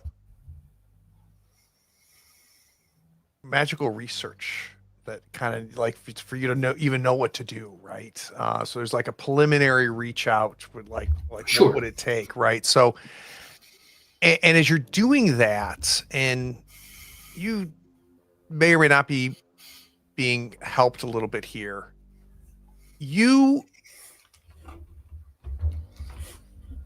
if you want to bring this thing to a degree, maybe not corporeally, maybe not in a way that I can actually hurt it or anything, but right, so that I can interact with it, so I can talk you want to it. connect with it, right?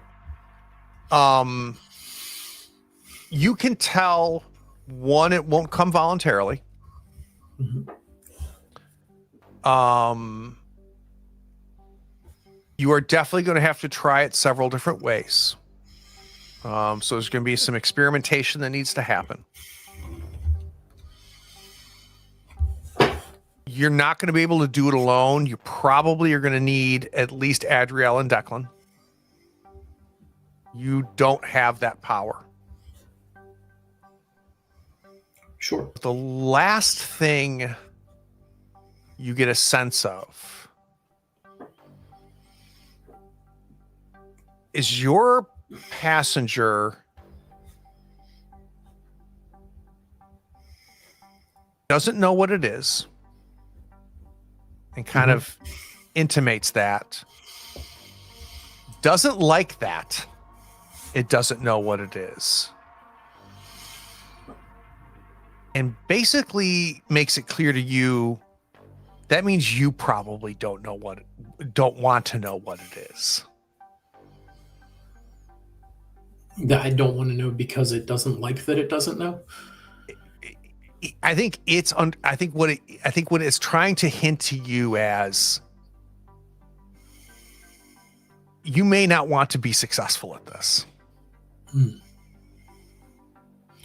He's not going to stop you, but he's putting the orange cones down. Does that feel honest or does that feel deceitful?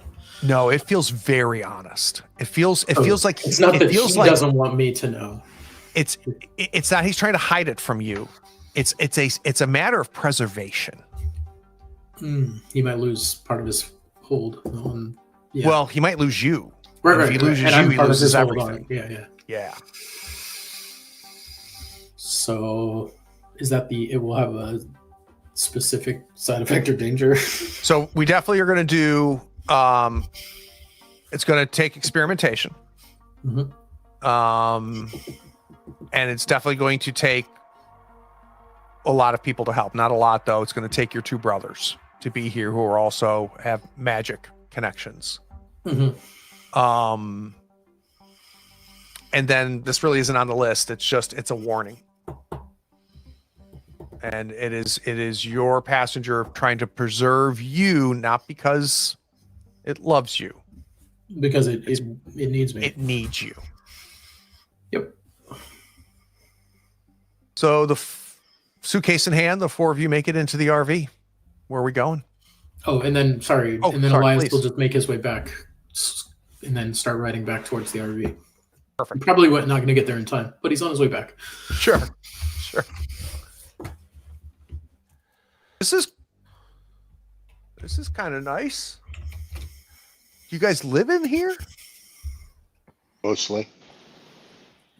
Yeah. Could use a woman's touch, but not too bad. What are we doing, Van? We going to the spot, or are we going to go the directions of the bicycle track?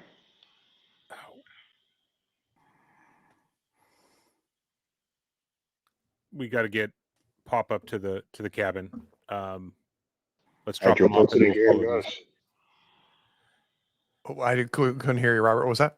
I said, as soon as he says drop pop up, he puts it in gear and goes. All right. Not in the direction towards the quarry. So as it gets darker, we get closer to, we're pushing like 1 a.m. at this point. We're seeing the red lights of the RV drive away from Pop-Pop's house, headed up towards Grandpa's old cabin. That's just been passed down. And two of the three of you have always had keys. Adriel used to have keys, but doesn't anymore.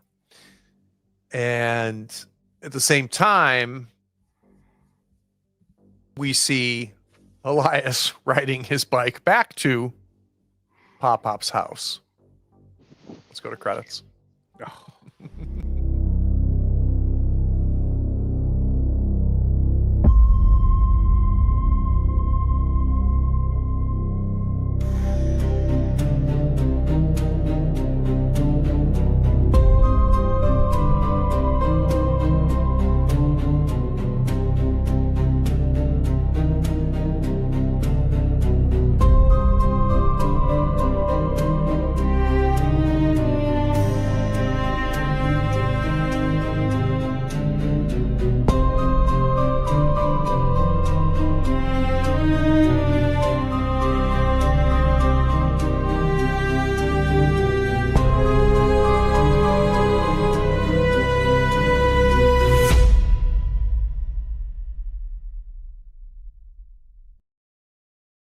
Yeah, we're actually doing something that night when she gets off work. So. Oh, good for you. We're back. Yeah, so we'll reschedule. So we're going to be off for the Thanksgiving holidays. We're going to be coming back probably mid-December. Just as a heads up, we're working on the schedule for that, and then it'll be all screwed up because of the holidays and stuff like that. So we probably won't be weekly in December, but we'll try to get back to weekly as quickly as possible.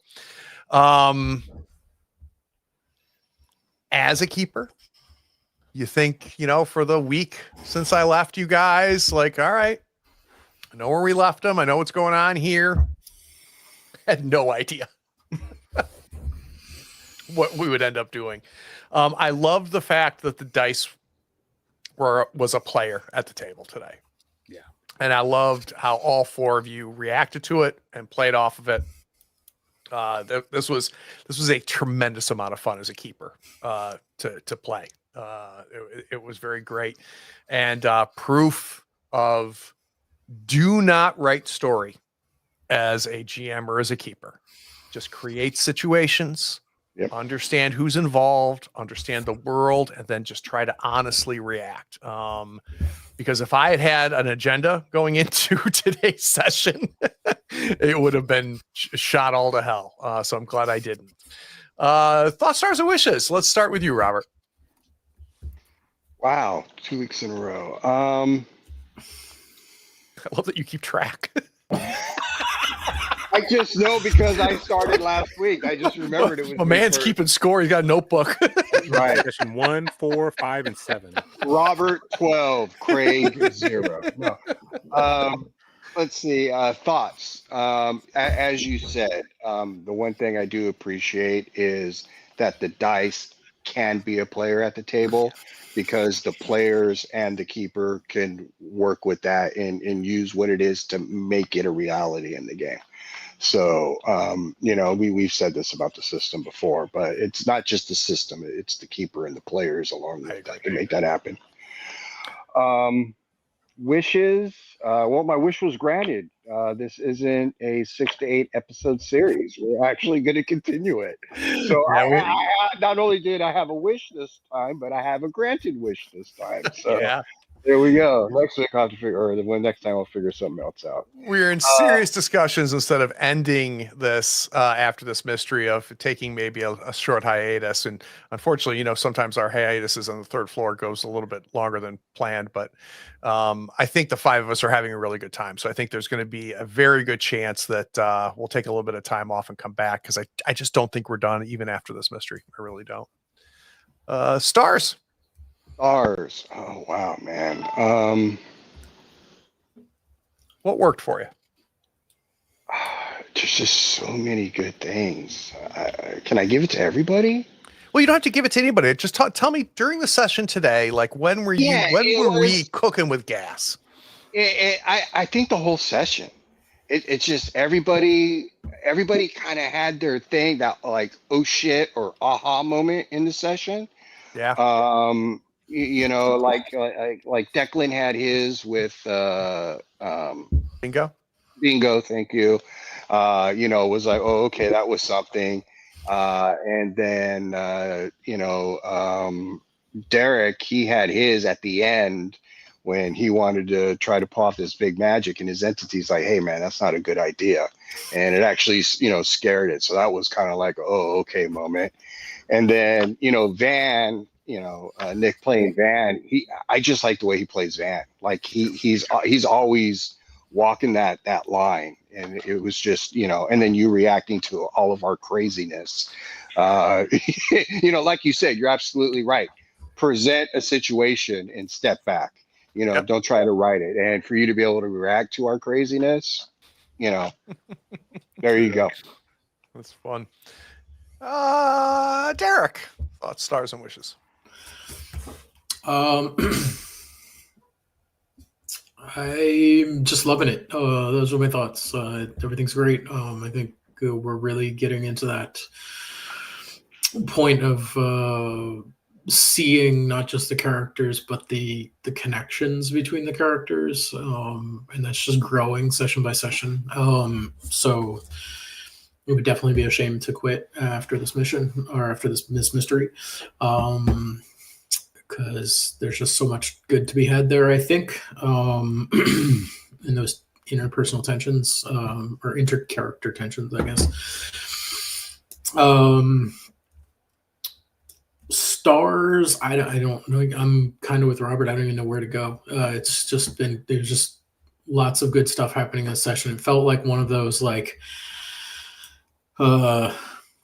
right after the mid-season break in a TV show, when everything really starts to like come together. You're starting to see, all these plot points that are, going to come to something by the end of the season.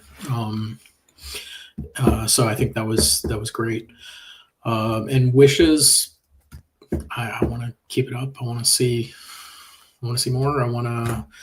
So I'm going to call you out a little bit here, Derek, because you did share a wish at the break, or right around the break, which is a wish about you and about Elias and Adriel. Oh, I did say, well, I don't know if it's a wish exactly. I said, I think my exact words were, as epic as it might be to see Adriel and Elias come to, come to fatal blows. For Azrael to get to That strike three, doesn't is that what happen. you're saying? I do hope that doesn't happen, that's averted in some way.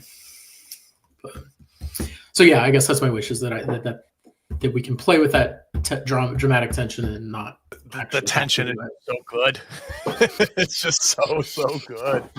Oh, Nick, thoughts, stars, and wishes. Oh my gosh, thoughts, systems, great. So many amazing moments. My thoughts are basically listing out all the stars that have occurred that are like honorable mentions, right? It's just so many great story beats and situations and stories and decisions made. I'm loving the trajectory that this game is going, and it's fantastic, and I can't wait till we get back to weekly. Star for me, so many to think of, but between the dice were amazing this game. Yep. We went from me being the only failed dice roll last session to everybody joining the club this session, right? Of failing.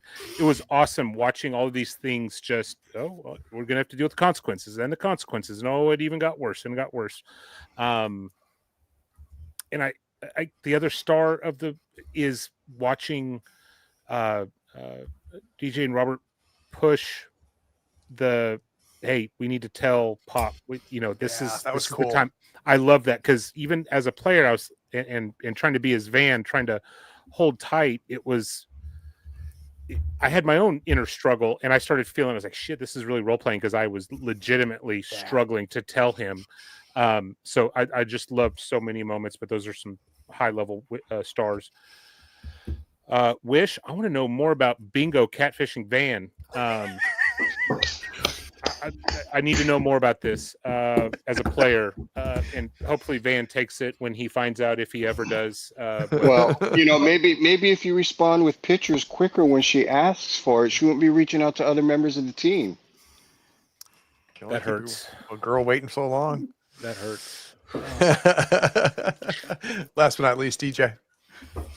Thoughts, kind of with everybody else. This system is a ton of fun, and it is great because, as fun as it is right out the gate, once it really gets cooking is when you really see it kind of bloom into its peak. And so we're getting to the point now where we're really seeing that, and that's been a lot of fun. The dice tonight I thought were amazing. That things did not go to plan hardly at all, and that was very much to our benefit. I don't know if I rolled a single time tonight, which I also thought was interesting. That is interesting. Anything that did involved. Yeah, I don't think you did. No. And I think part of that was, we've dug this grave deep enough. But also you never asked for a lot, right? Like, so I mean, I could have made you roll for stuff in the bar, but that was the only time. Sense to me. It didn't make sense to me because you didn't ask for too much. It was mostly like communicating and role playing with Declan. Yeah, and I think that was, and I did that somewhat intentionally, just to like let the story play out and kind of work my way into it. And then, of course, on the dice too. Yes, and then of course, the situation happens with Bingo, which my star is. This story is finally opening up, and it's going to be going to have an impact on this mystery, but also it's like the greater campaign. And the Bingo being a member of the sect is a massive twist that I don't think any of us saw coming. I thought that was like somebody else who had gotten a hold of Declan's contact info through the network that's Neighborfold. I was telling Craig at the break that I initially, when I picked up and Craig played the way he did, I thought it was Declan's mother who was calling, which would have taken that story in a whole other direction. But so getting into all that was really cool. Wishes. I said, kind of the wish granted too, with us being in talks to potentially continue this and just to see more of how the story plays out. And I am very excited and anxious to get to approaching the climax of this mystery, because I think it's going to be a big one. Yeah, there's a lot. There's a lot here, and we have not even started. Like I thought this was gonna be a 2 or 3 session mystery. This could go for four sessions easily. I think there's a lot here. So, Craig, I know it might be a little unorthodox, but what's your thoughts, stars, and wishes? Yeah, kind of what I said at the beginning. I gotta say, like it. I echo what DJ said. Like I really love how we have fueled the machine, and now it's running real nice. It's running real nice. I'm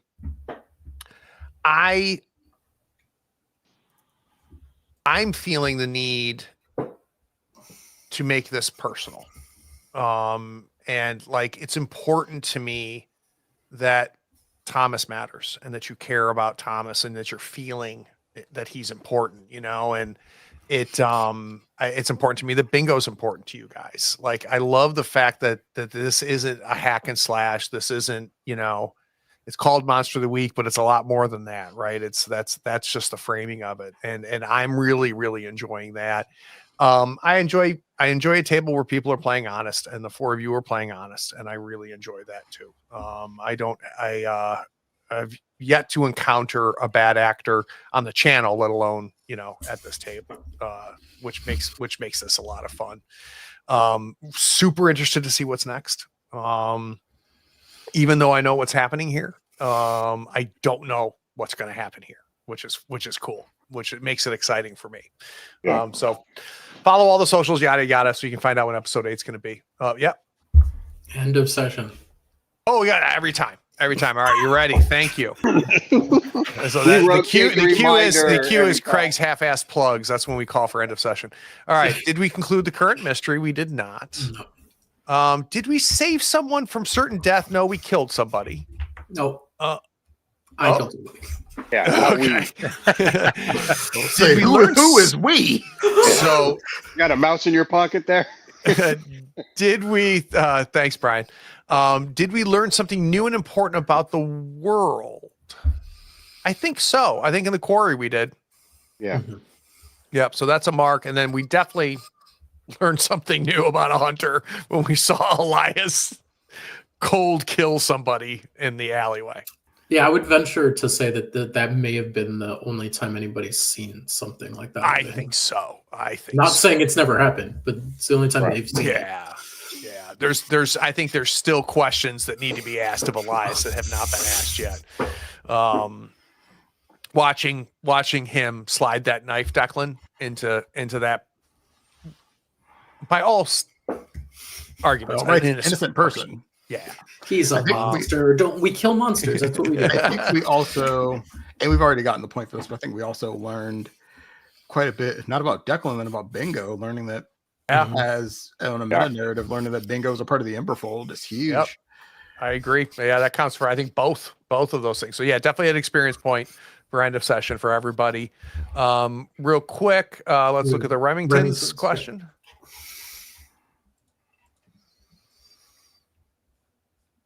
I forget what the question is.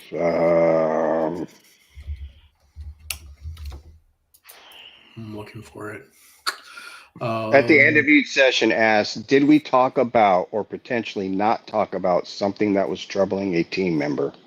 I think Van and I accomplished that. At least. I agree. So let's put that a point towards the Remingtons. I got that. For those keeping track, we also advanced the Remingtons, and you guys decided from the team playbook to choose 2 new assets. Yeah, mystical ingredient cabinet and field medics. Perfect. So we've got some new gear in the RV now for the Remingtons because they filled up their track. We'll see how fast they fill up the second one. Something for you, and I say this for any type of trigger type XP like this. It's a really good thing to kind of look over those 4 questions at end of session before you start playing, and to double check your Remington playbook before you start. Remind yourself. That's what I always tell people when we play, especially like Blades in the Dark.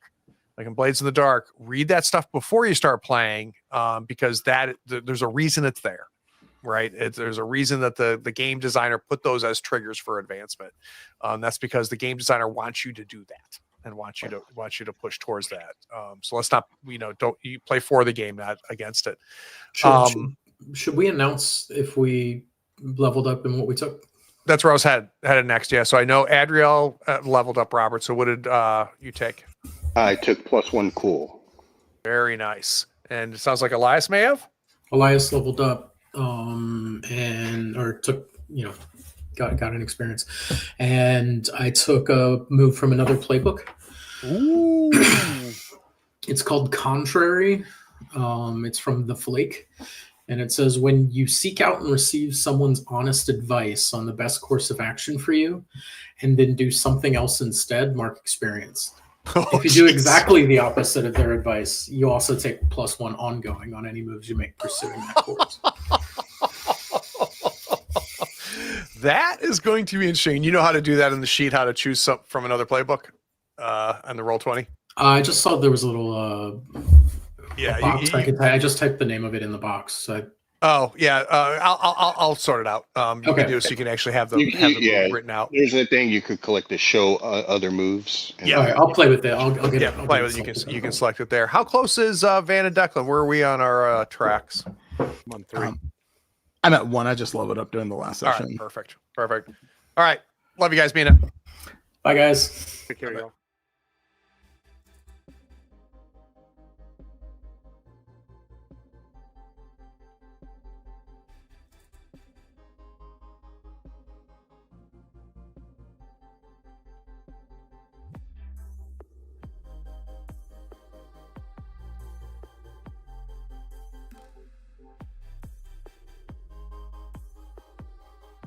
Howdy friends, thank you for watching. All our content is archived and organized in playlists on the Third Floor Wars YouTube channel. Check it out. And if you could like, follow, subscribe, and even set your notifications to this channel on YouTube and Twitch, we'd appreciate it, and it'll make sure that you catch all of our content. I talk with creators, designers, and experts across the gaming landscape in every episode of our podcast, Tabletop Talk. Open up your favorite podcatcher and search for Tabletop Talk from Third Floor Wars. Support your creators. They make the content you love, and it's your support that makes it happen. If you want to help us, go to Third Floor Wars on patreon.com, and you can help us for as little as $1 a month. Thanks again. We'll see you next time. Take care.